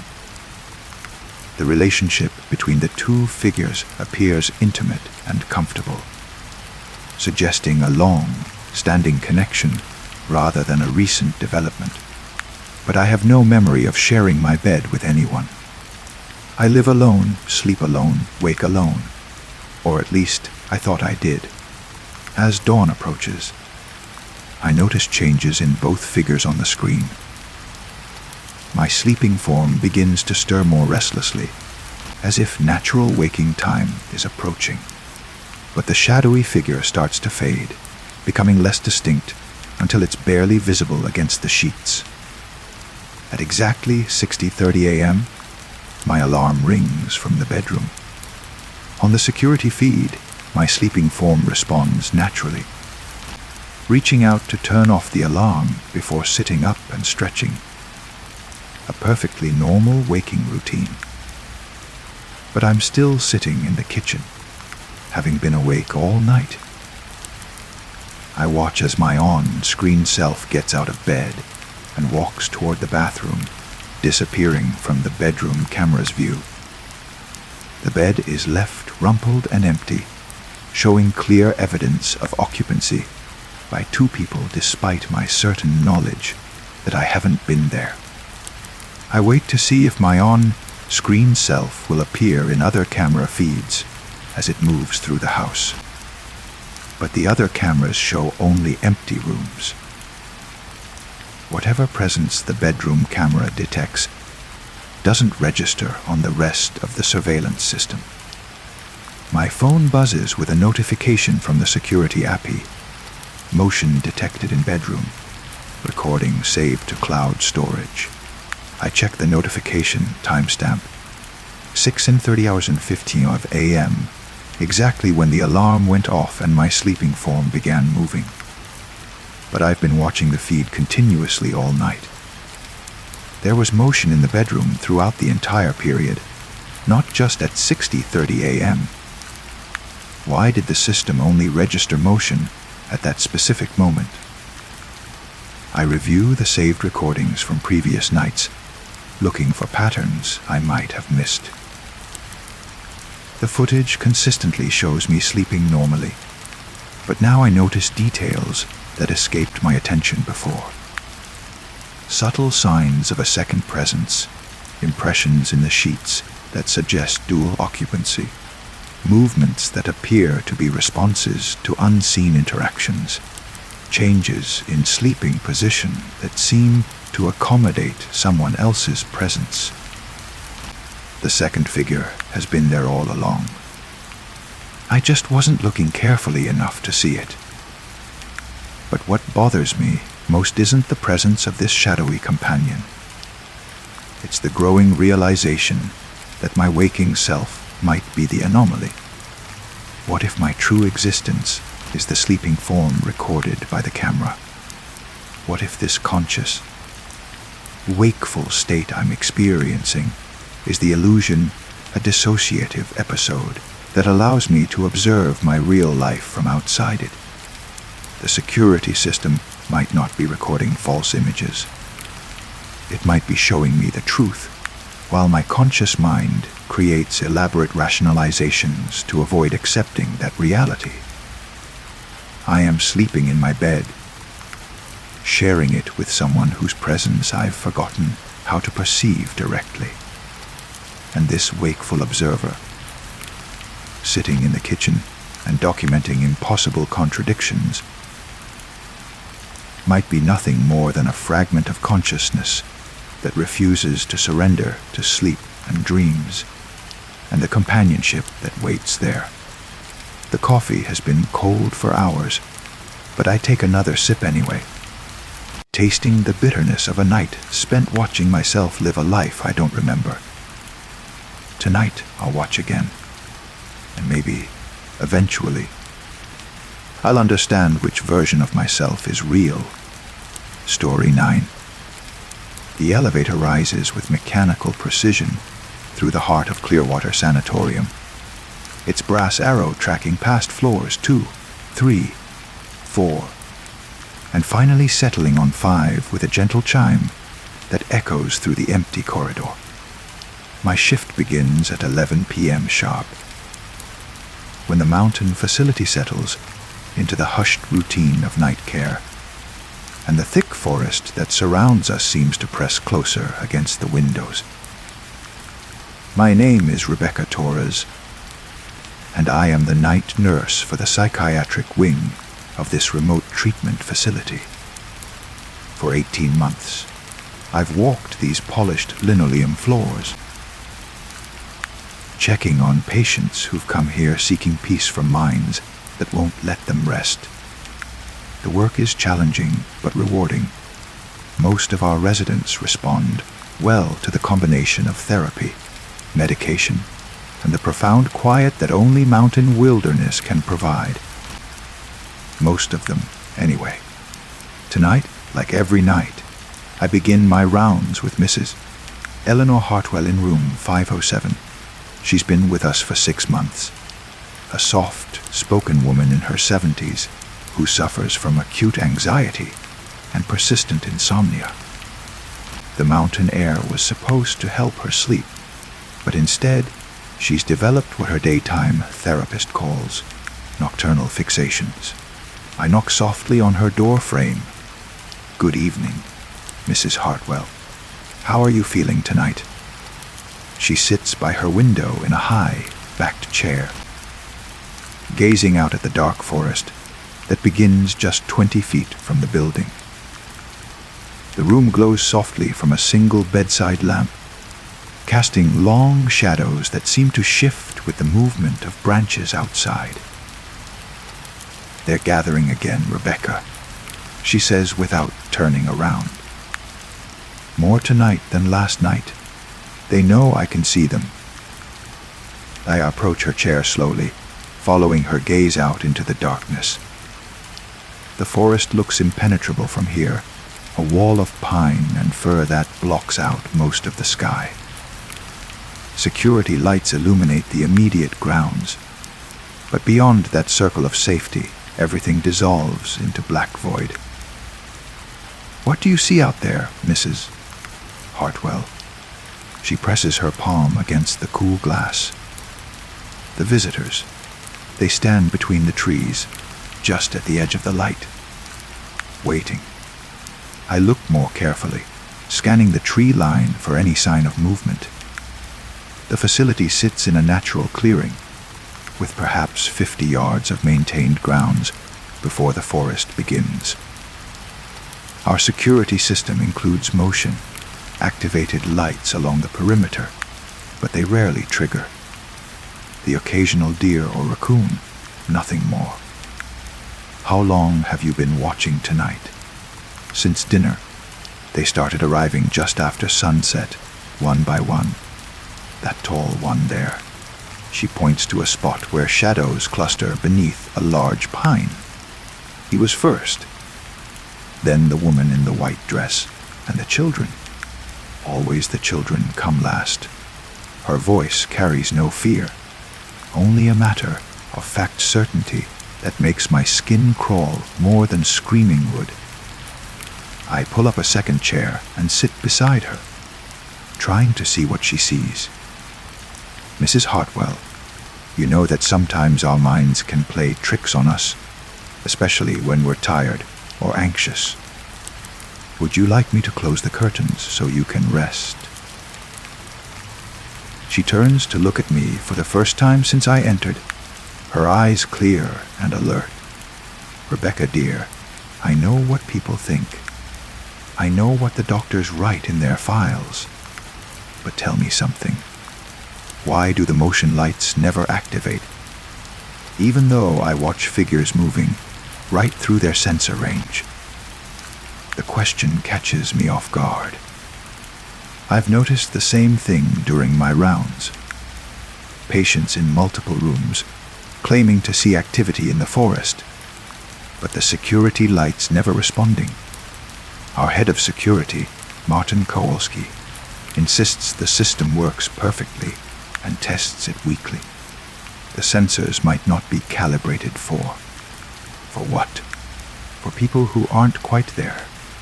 Mrs. Hartwell smiles sadly. "That's what they are. You know, the visitors.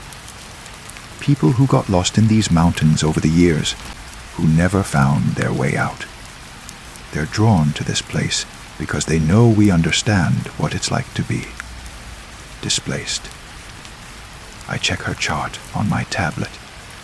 Medication compliance is perfect, vital signs normal, no changes in her condition since the last evaluation. But her nighttime reports have grown more detailed and specific over the past few weeks, filled with descriptions of individuals she claims to see regularly. "Have you mentioned this to Dr. Peterson?" "Of course. He adjusts my medication and suggests I spend less time at the window. But Rebecca, they don't come to frighten me. They come because they're lonely, and they know I can see them. When I acknowledge them, just a small wave or nod, they seem. She turns back to the window and raises her hand, fingers moving in a gentle wave. "Good evening, Thomas. Yes, I see you there by the birch tree." I follow her gaze and feel my breath catch. For just a moment, I think I see something. A darker shape among the shadows, roughly human in proportions. But when I blink and look again, there's nothing but trees and darkness. "I should check on the other patients," I say, standing quickly. "Of course, dear. But before you go..." She reaches out and touches my hand. "Room 502 has been having the same dreams as me. Ask her about the visitors. Ask her about the children who wave from the tree house that isn't there anymore." I leave Mrs. Hartwell at her vigil and walk down the softly lit corridor to room 502. Jennifer Moss, age 28. Admitted 3 months ago for treatment of post-traumatic stress following a car accident. She's been responding well to therapy and was scheduled for discharge next week. I find her wide awake, sitting cross-legged on her bed with a sketchpad balanced on her knees. Her pencil moves in quick, sure strokes across the paper.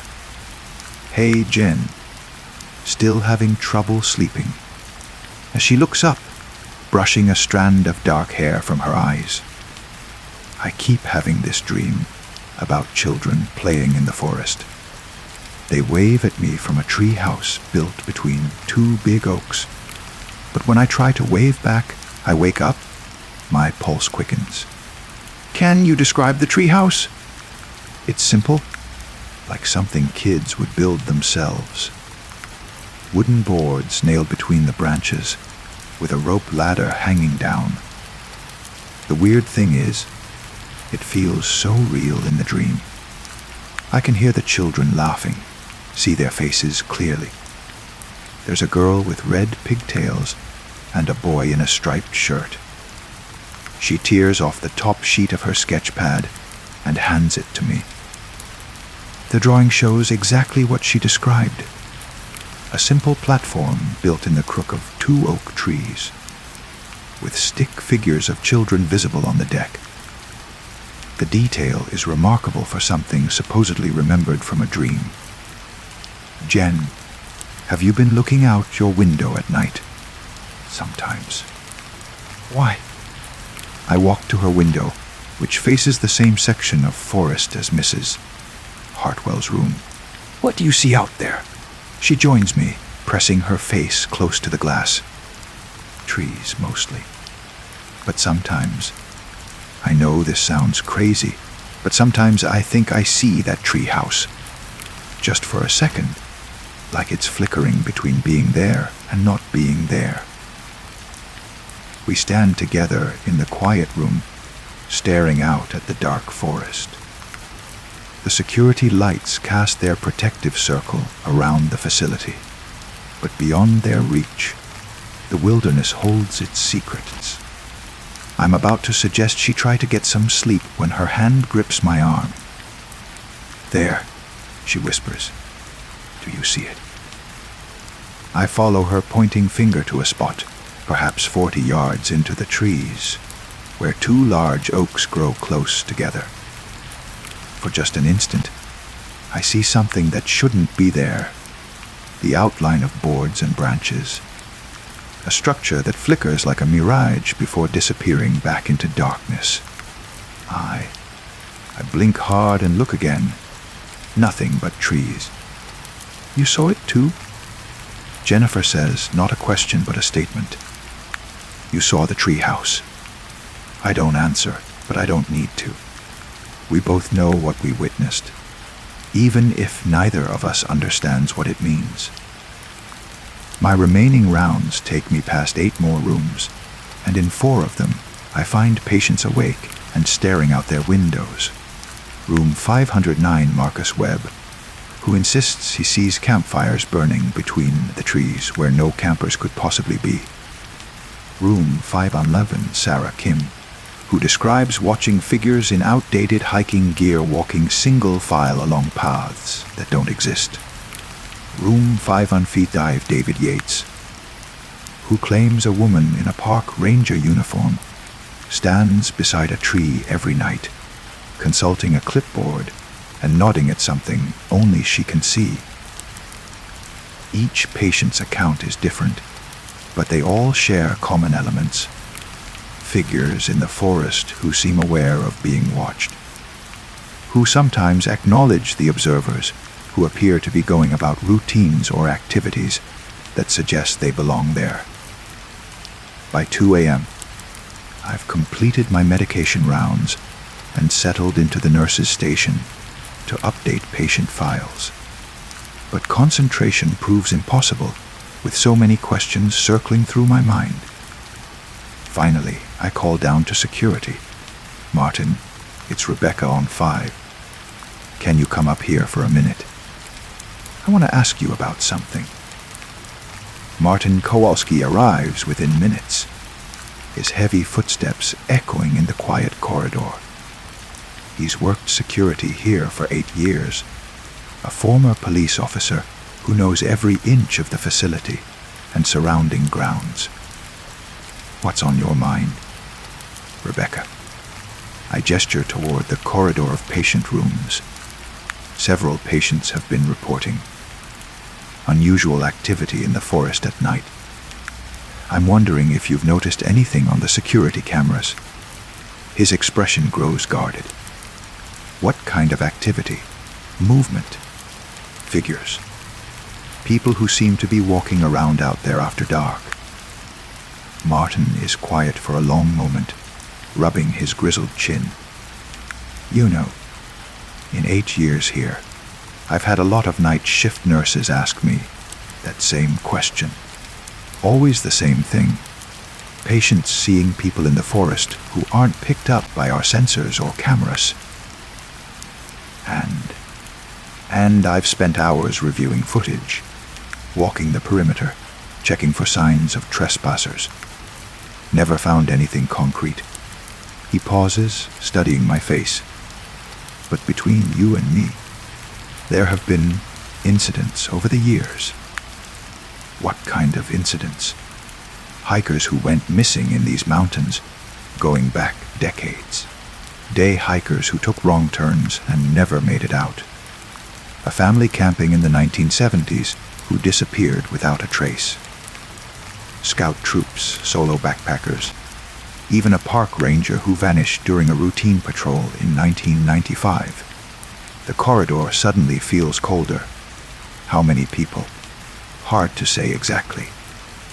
The Forest Service doesn't like to publicize it, but I'd estimate maybe 30 or 40 people over the past 50 years.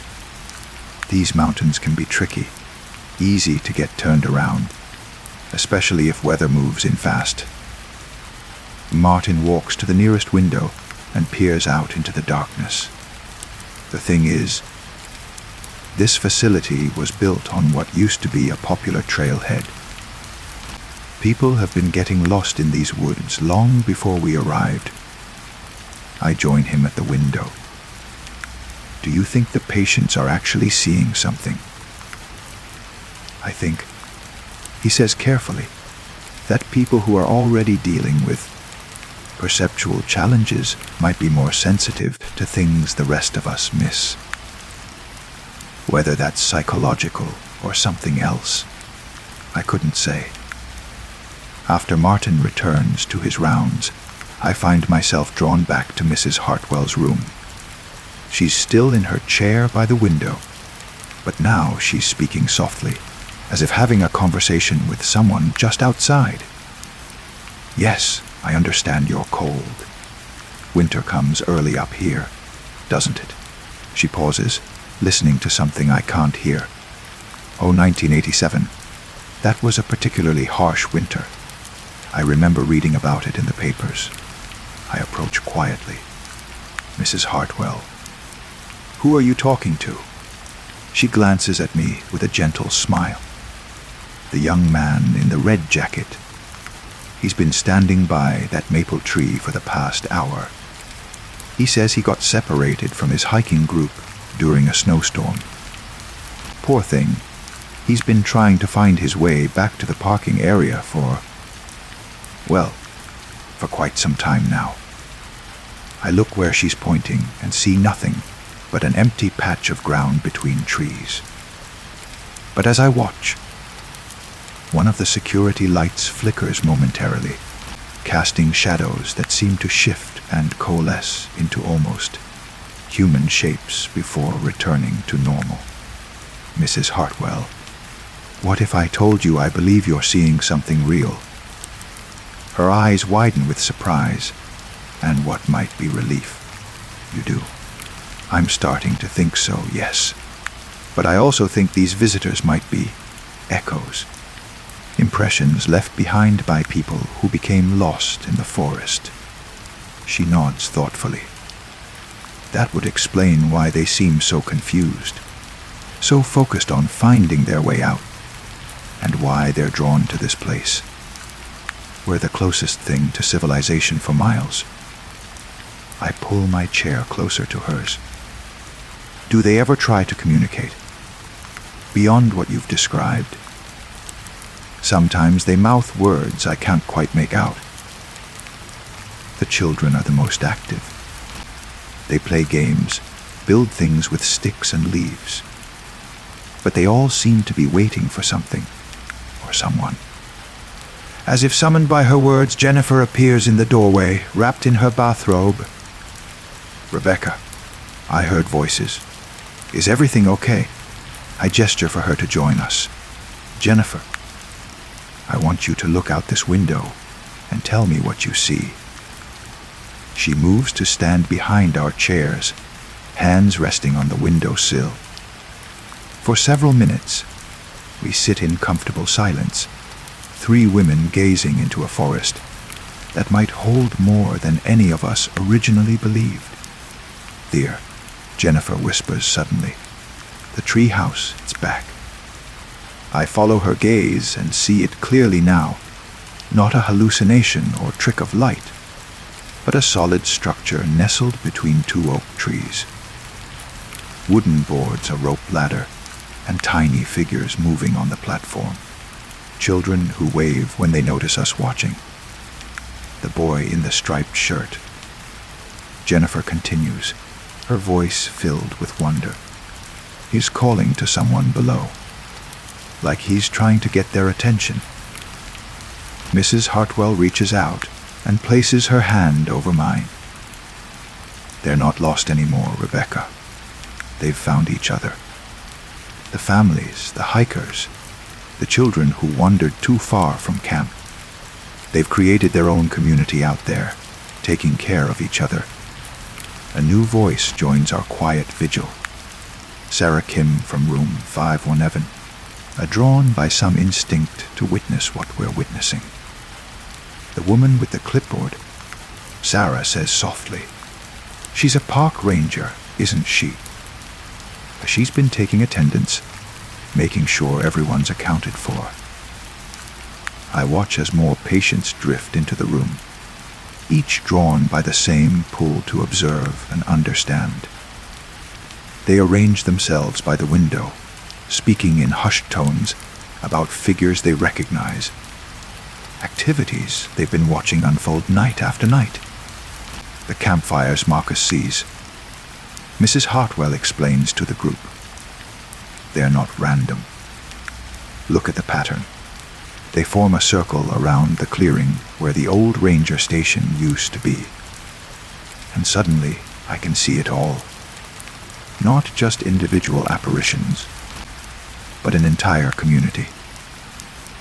People who became lost in these mountains over the decades, who found each other in death as they couldn't in life.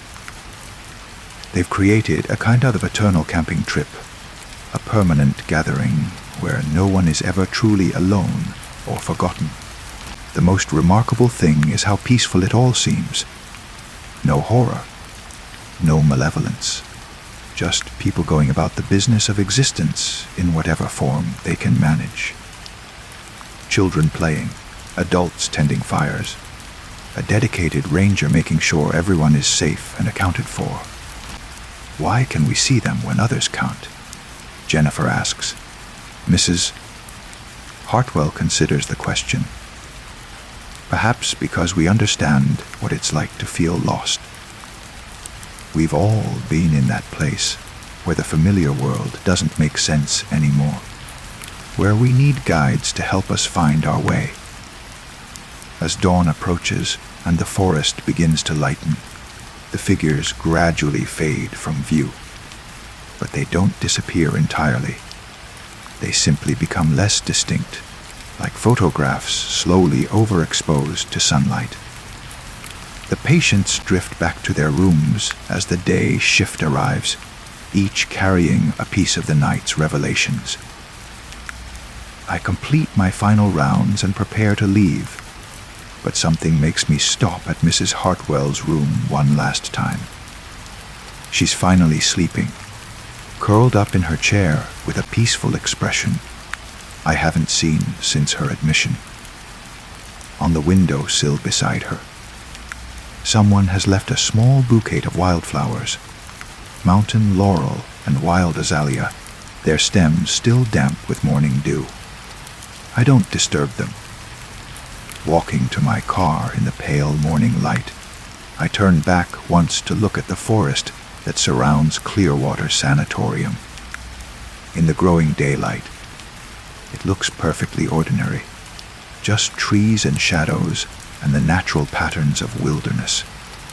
But I know that tonight, when darkness falls and the patients take up their vigils at the windows, the forest will come alive with its hidden community of the lost and found. Some of my colleagues would say we're enabling delusions, encouraging unhealthy fixations. But as I drive down the winding mountain road toward home, I can't help but think we've stumbled onto something more profound than mere hallucinations. We've found a place where the boundary between worlds grows thin, where the lost can be found and the forgotten can be remembered. And perhaps, in learning to see and acknowledge these gentle visitors from the forest, our patients are finding their own way back to a world that makes sense again. The flowers on Mrs. Hartwell's windowsill suggest that the communication might be flowing both ways. Tonight, I think I'll bring a small gift of my own to leave on the sill. A thank you to the patient watchers in the woods who help our patients feel less alone. After all, we're all just trying to find our way home.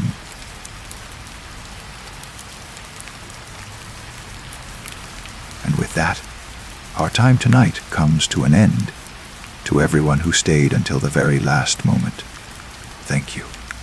Truly, having you here sharing these shadows makes the darkness feel a little less empty. I'm grateful you chose to spend a piece of your night here with me. I hope these stories brought you that quiet shiver, the kind that makes you feel alive. There's something special about this, all of us, connected by the love of a good story, whispered in the dark. I'll be back soon with more echoes from the void, more mysteries waiting to be told. Until then, rest well, sleep deeply, and if you hear footsteps that shouldn't be there, just remember they're only stories. Oh, and before you drift off, if you enjoyed our time together, a like and a subscribe will make sure we meet again, somewhere in the dark. Thanks for listening. I'll see you next time.